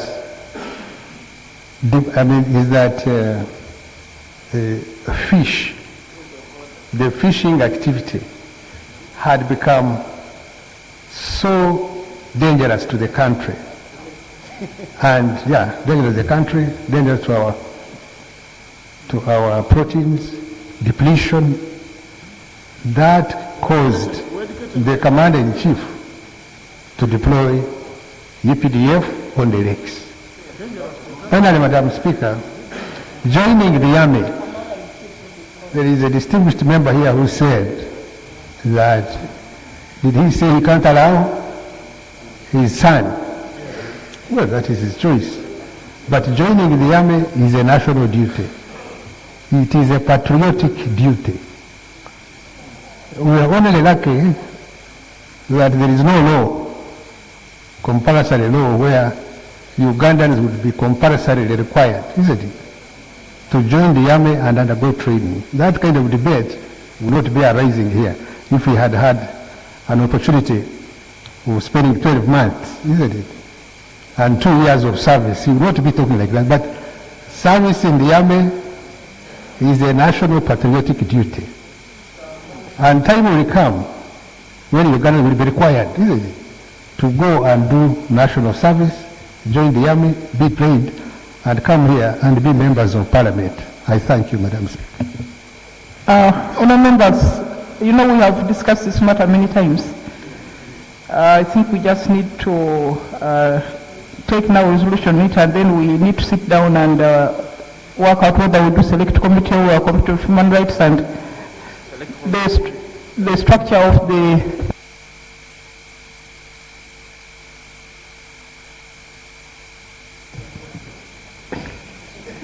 that's in the UPDF. I now put the question that this House do adopt the motion. Those in favor say aye, the contrary no.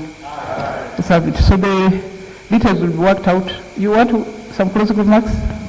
Thank you, Honourable Speaker. I want to thank colleagues for the support, but I'm seeking your indulgence. You know, Madam Speaker, on these water bodies, where the argument as to whether it is official, the official portion of UPDF or not, when someone's right is violated and you go to a police station, they have directives not to take any complaint. We don't receive any complaint against those errant officers. If in the interim, the minister would give an order to all police stations all over the country that if an individual officer violates someone's right, they would take a complaint of an officer. In Ginger, I've tried even reach the regional office, and they told me that there's an order, we can't take complaints of the community against those individual officers. We would achieve that in the interim as we deal with other matters. I would seek the House's indulgence on that. Thank you.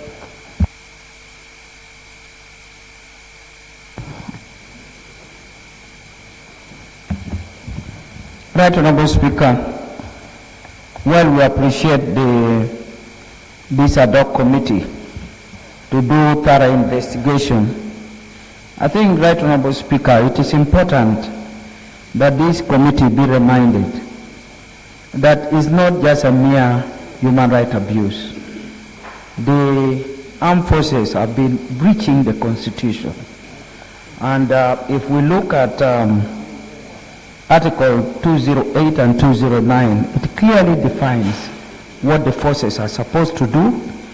They're supposed to be patriotic, professional, disciplined. That's the definition. And it goes further even to describe what the role of a UPDF soldier is supposed to do. And where they involve with civilian is to cause harmony. Now, Right Honorable Speaker, the reason why I need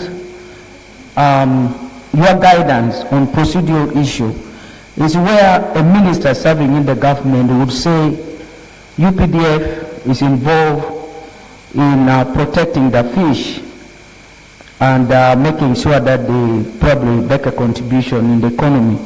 But may I understand what the UPDF would be doing in wealth creation? What disaster do we have in the wealth creation sector? Because this is where we have youths who are unemployed, desperate on the streets. And this is where we would have employed our youth.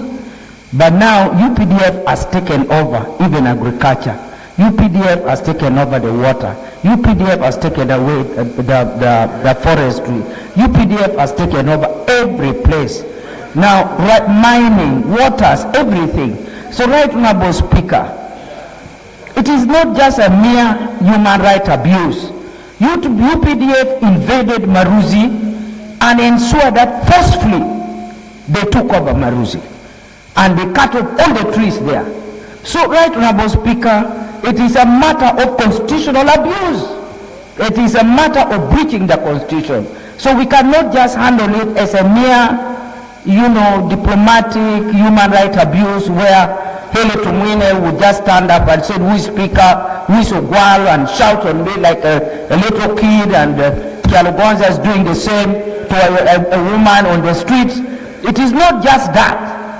I can tolerate Tumwine shouting at me, but definitely the Constitution has been breached, and we cannot keep quiet on that. I thank you, Right Honorable Speaker. Honourable members, why I said that we need to reflect on what we formulate is because of the reasons you have stated. And I just wanted to remind the House about the Article 209 of the Constitution. The duties of the Defence Forces are as follows. 1, to preserve and defend the sovereignty and territorial integrity of Uganda. That's the first duty. B, to cooperate with the civilian authority in emergency situations and in cases of natural disasters. C, to foster harmony and understanding between the defense forces and civilians. D, to engage in productive activities for the development of Uganda. Those are the responsibilities. So, as I indicated, we shall come back to you with a way forward on this issue. Thank you very much. Item 8. Item 8 on the order paper, motion for adoption of the report of the Committee on Education and Sports on the investigation of allegations of sexual abuse on students by men and women in uniform and the mismanagement and abdication of duty by the university management. Thank you. Just give me a minute. Yesterday we had a delegation from Tanzania Parliament which came to visit us on the issue of HIV/AIDS. So the Honorable Chair has a question to the Minister of Health. No, actually Finance. Where is he? Oh, he has gone. Anyway, you ask, the Health Minister will listen. But Thank you, Madam Speaker. Madam Speaker, in July 2014, Parliament passed a law establishing the AIDS Trust Fund to mobilize domestic resources for the national HIV/AIDS response, and the law was assented to by the President in July 2017. Madam Speaker, whereas all the regulations have been developed, its actual operationalization still remains pending, and the Ministry of Health is mute.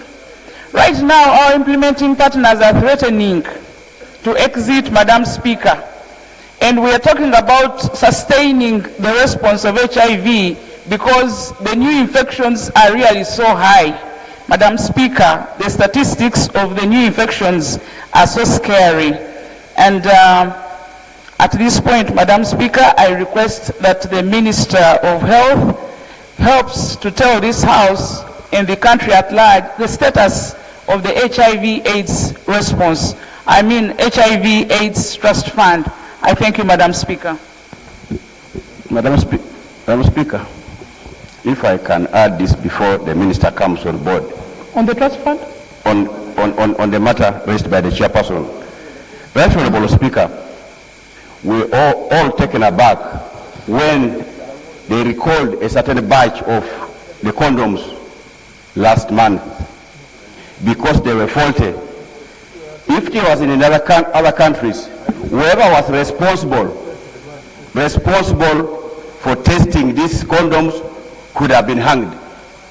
Madam Speaker, today in one of the papers, they are asking people that if they ever use condoms in that batch, they should go and test themselves.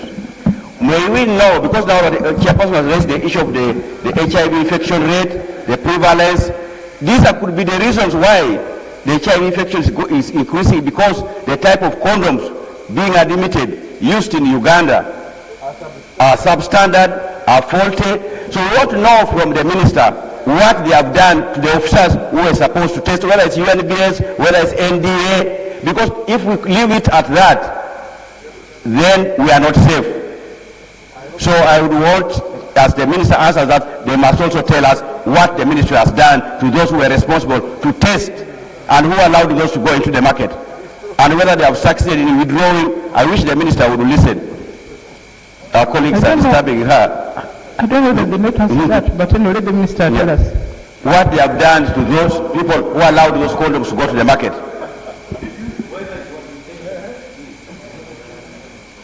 Honourable Minister. Thank you, Right Honourable Speaker. Right Honourable Speaker, Honourable Numbers raised the issue of the HIV/AIDS Trust Fund. Allow me to start with that. I just want to state that we worked so hard to ensure that the regulations were in place. Right Honourable Speaker, we tabled them to this House and they were approved. Right Honourable Speaker, it's not true that we've been seated back. Actually, even this week, we wrote a letter to the Ministry of Finance because it is the role, the responsibility of Ministry of Finance to ensure that this fund is in place and the monies meant to be taken off the consolidated fund are actually put to this fund. It is true, Right Honourable Speaker, a number of partners have indicated, actually there is donor fatigue, and they've already indicated to us that slowly they will be withdrawing support for the HIV/AIDS response in this country. So it's important that as a country we have our own fund to respond to this challenge. So, Right Honourable Speaker, we are waiting for the response from the Ministry of Finance, but maybe we'll also alert them so that they come and brief this Parliament as to what the problem is and why the fund cannot be in place.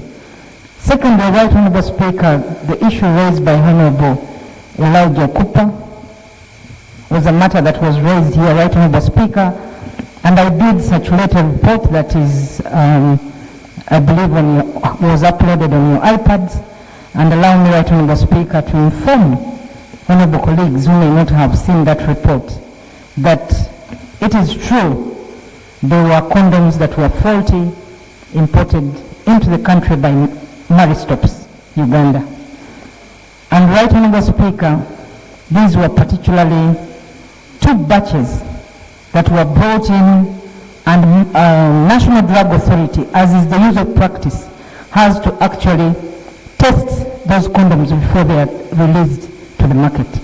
Unfortunately, one of the officers, the pharmacist at Maristops, gave false information to the stores that NDA had actually cleared all the condoms. So they released the condoms to the market, and National Drug Authority Wait. Right Honorable Speaker, can I make my statement? Give you time to make the formal statement. I have the statement and it was, I thought, read by my colleagues. Just try to check with the clerk if it is within their systems so that we can put you on the paper tomorrow to formally respond. Oh, but you have the report. Please cross-check whether the report has been sent. Right Honorable Speaker, I did give a report and then I brought another, since we could not respond about a week after, an updated version which was also sent to the clerk's office, and I actually thought my colleague did make this statement last week because I was up country. It was not made. Okay, I can make it tomorrow, Right Honorable Speaker. There's no one. Let's cross-check whether the Minister Acheng made the statement. We'll check and then we'll let you know. We were here all last week. Okay, Honorable Chair of Education. Item 8. Thank you very much, Madam Speaker and honorable members. Madam Speaker, I stand here to present a report of the Committee on Education and Sports on the directive of the House to investigate allegations of sexual abuse on students by men and women in uniform and the mismanagement, abdication of duty by the university management. Madam Speaker, I want to say from the start that we have a minority report, and I will believe the author will present it. And before I present the main report, I want to lay on table records of the proceedings, documents obtained or supplied during the proceedings, and a copy of the committee report.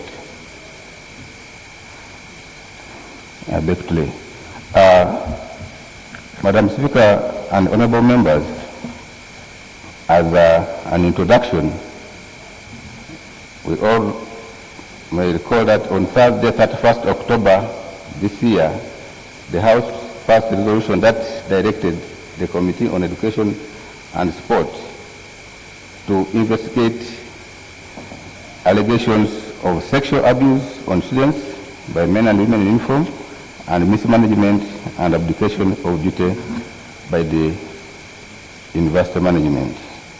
The resolution came as a result of a statement presented on Wednesday, 30th October 2019 by the Minister of State for Education in charge of higher education, Honorable Mwingo, on the students' unrest at Makerere University.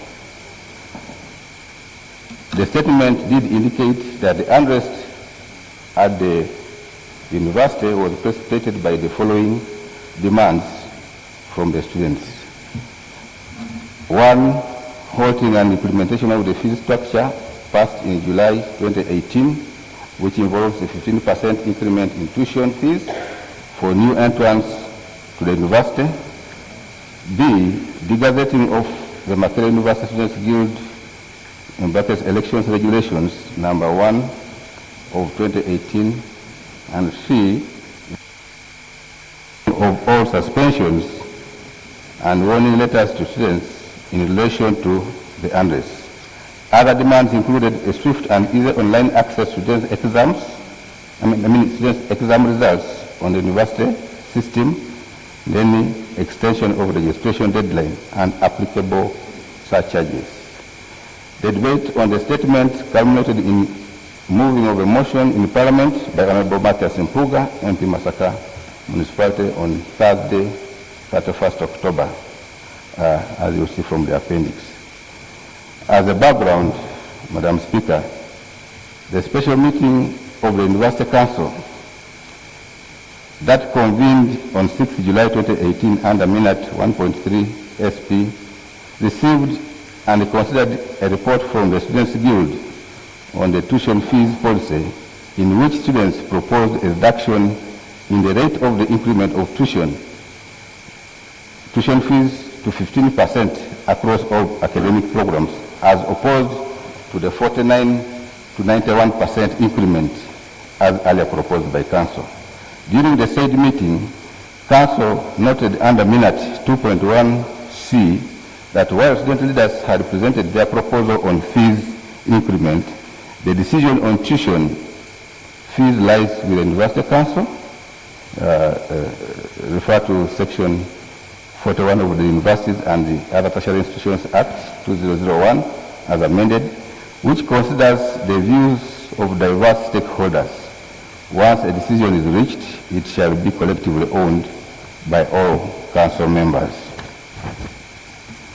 Under Minute 4.0 SP/7/2018 of the same meeting, the University Council agreed to A, increase fees on all undergraduate programs for the first year students by 15% beginning with the academic year 2018-19. B, that the 15% fees increment be successfully continued for each cohort on the fees for the previous academic year over a 5-year period. And C, that every cohort of students continues with the fees structure upon which they are admitted until they complete their programs. D, that there will be no fees increment on continuing students. E, that management accordingly sensitizes the students' body on how the fees structure, on the new fees structure. The decision of the University Council under Minute 4.0 SP/7/2018 followed a report of a 7-person special committee of the Students' Guild representatives. That included the Guild President, the Guild Speaker, the Chairperson of one of the halls of residence, the Vice Chairperson, and Ms. Marion Kirabo, the General Secretary, and those others, in which the team recommended the following to Council.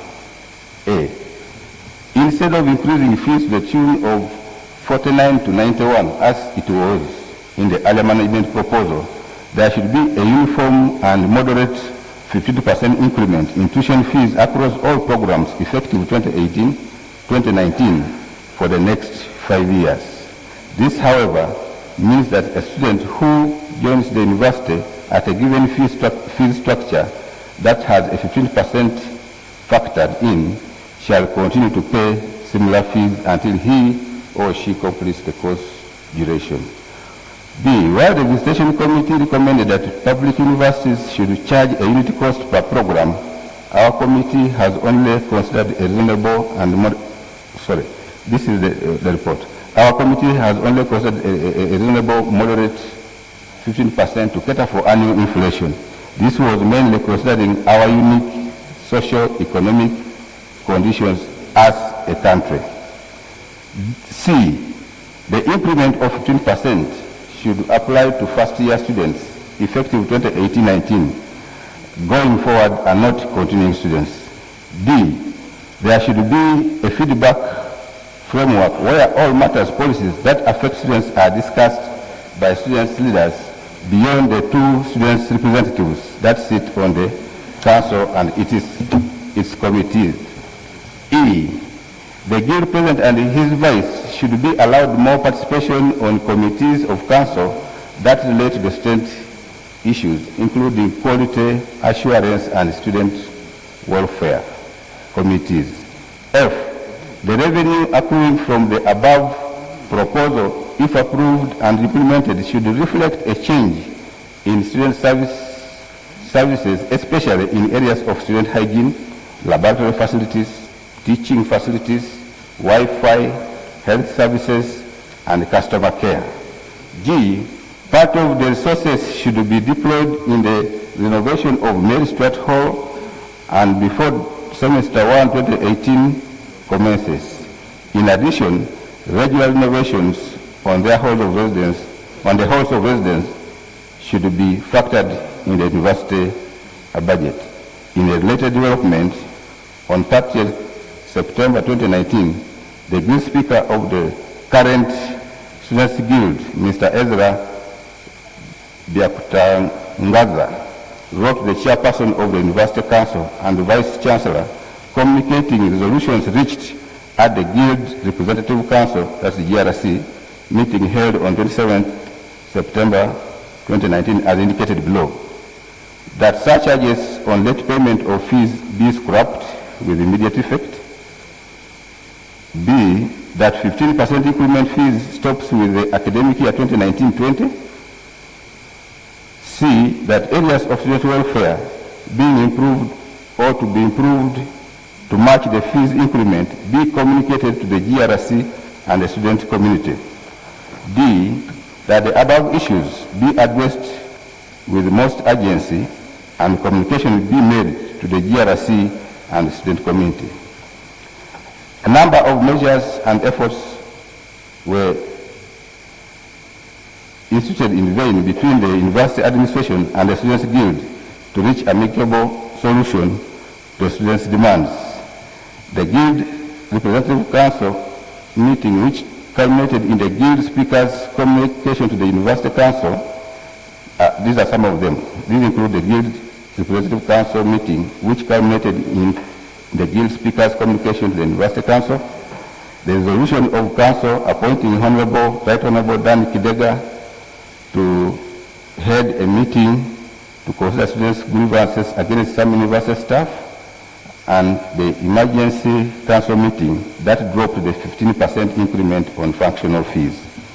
The delay in reaching a consensus between the university administration and Students' Guild leadership prompted 15 female students who happened to be members of the female caucus of the 85th Students' Guild leadership to, on Tuesday 22nd October 2019, march peacefully to purportedly present a petition to the office of the President contesting the proposed move to effect a 15% annual increment on tuition fees. Acting upon a tip-off by the university security personnel, reinforcements from the Uganda Police Force, Uganda People's Defense Forces, and the military police were called in to manage the protests, and eventually some members of the 85th female caucus were arrested. The news of the arrest prompted some members of the wider students community to swing into action, contesting the arrest and apprehension of their colleagues. The volatile situation lasted for a period of over 3 weeks, which disrupted activities at the university, both academic and administrative, private businesses in and around the university, its halls of residence within the university, and affiliated or registered private hostels and neighboring communities. Madam Speaker, in considering this, the committee applied the following methodology. We looked at, we had a series of meetings with the following stakeholders: the Minister of Education and Sports, represented by the Minister of State for Higher Education, the Honorable Minister of Defense and Veteran Affairs, the Honorable Minister of Internal Affairs, the Makerere University Council and Management, Makerere University Students' Guild leadership, Honorable Paul Muru, MP, Jinja Municipality East, and a team of aggrieved students, Honorable Matthias Mpuga, MP, Masaka Municipality. B, we reviewed relevant literature, including the Constitution of the Republic of Uganda, the Police Act, Uganda Police Forces Act, Defense Forces Act, Universities and Other Tertiary Institutions Act, Makerere University Students Regulations, minutes of the special meeting of the University Council held on 6 July 2018, a report and proposal of the Special Committee of the Guild Representative Council on the fees policy. C, we conducted a field visits to Makerere University to establish the status of the university after at the unrest and appraise common user facilities, which the students' community alleged to be in deplorable shape.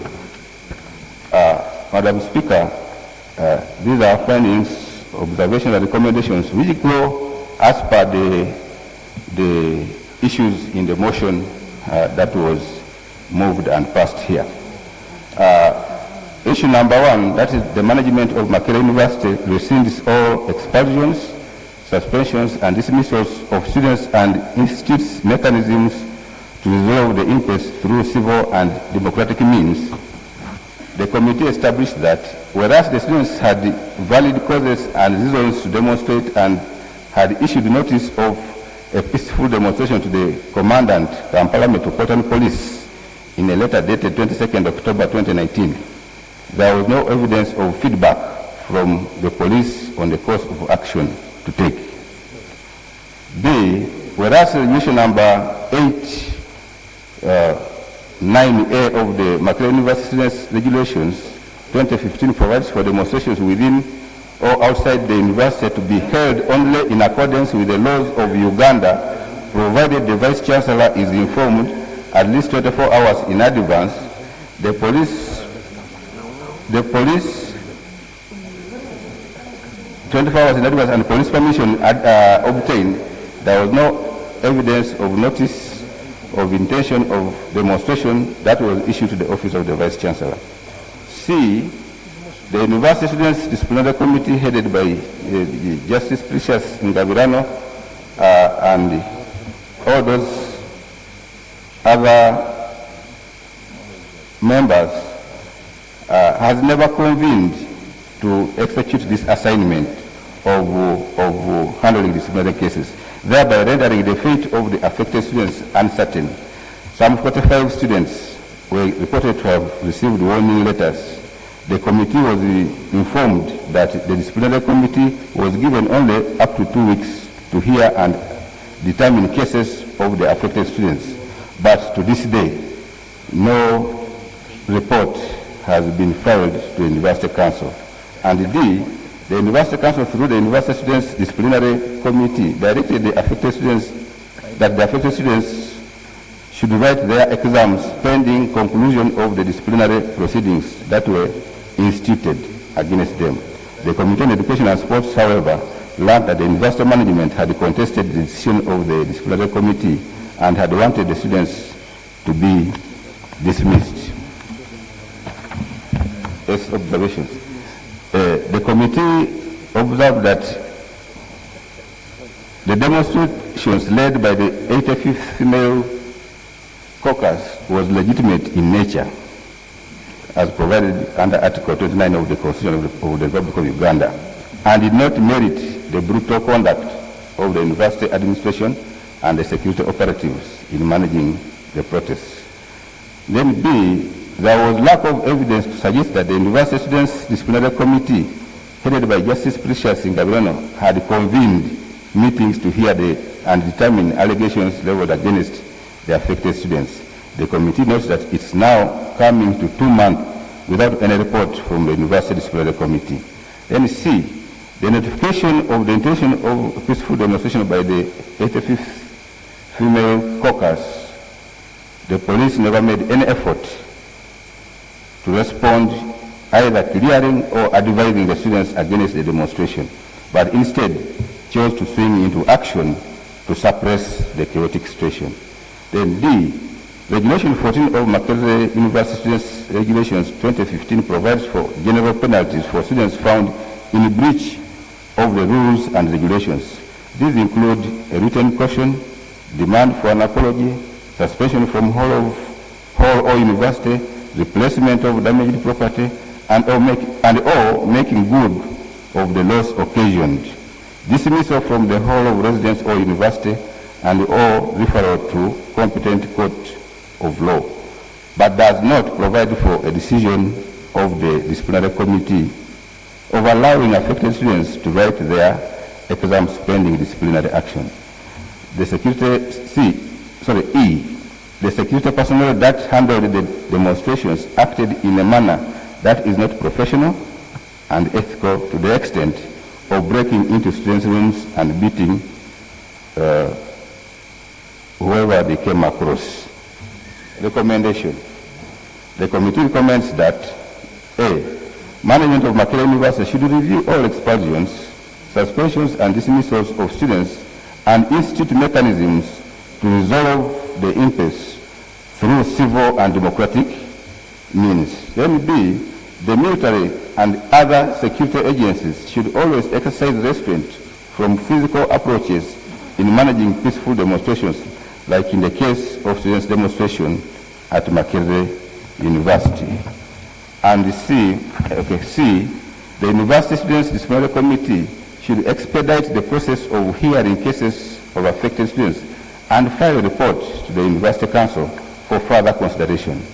D, the University Council should review the University Students' Disciplinary Committee to provide for time frame within which, this is review the regulations, to provide for time frame within which the different disciplinary cases should be considered and disposed of. Issue number 2, the Minister of Defense and Veteran Affairs and that of Internal Affairs withdraw the military personnel from the university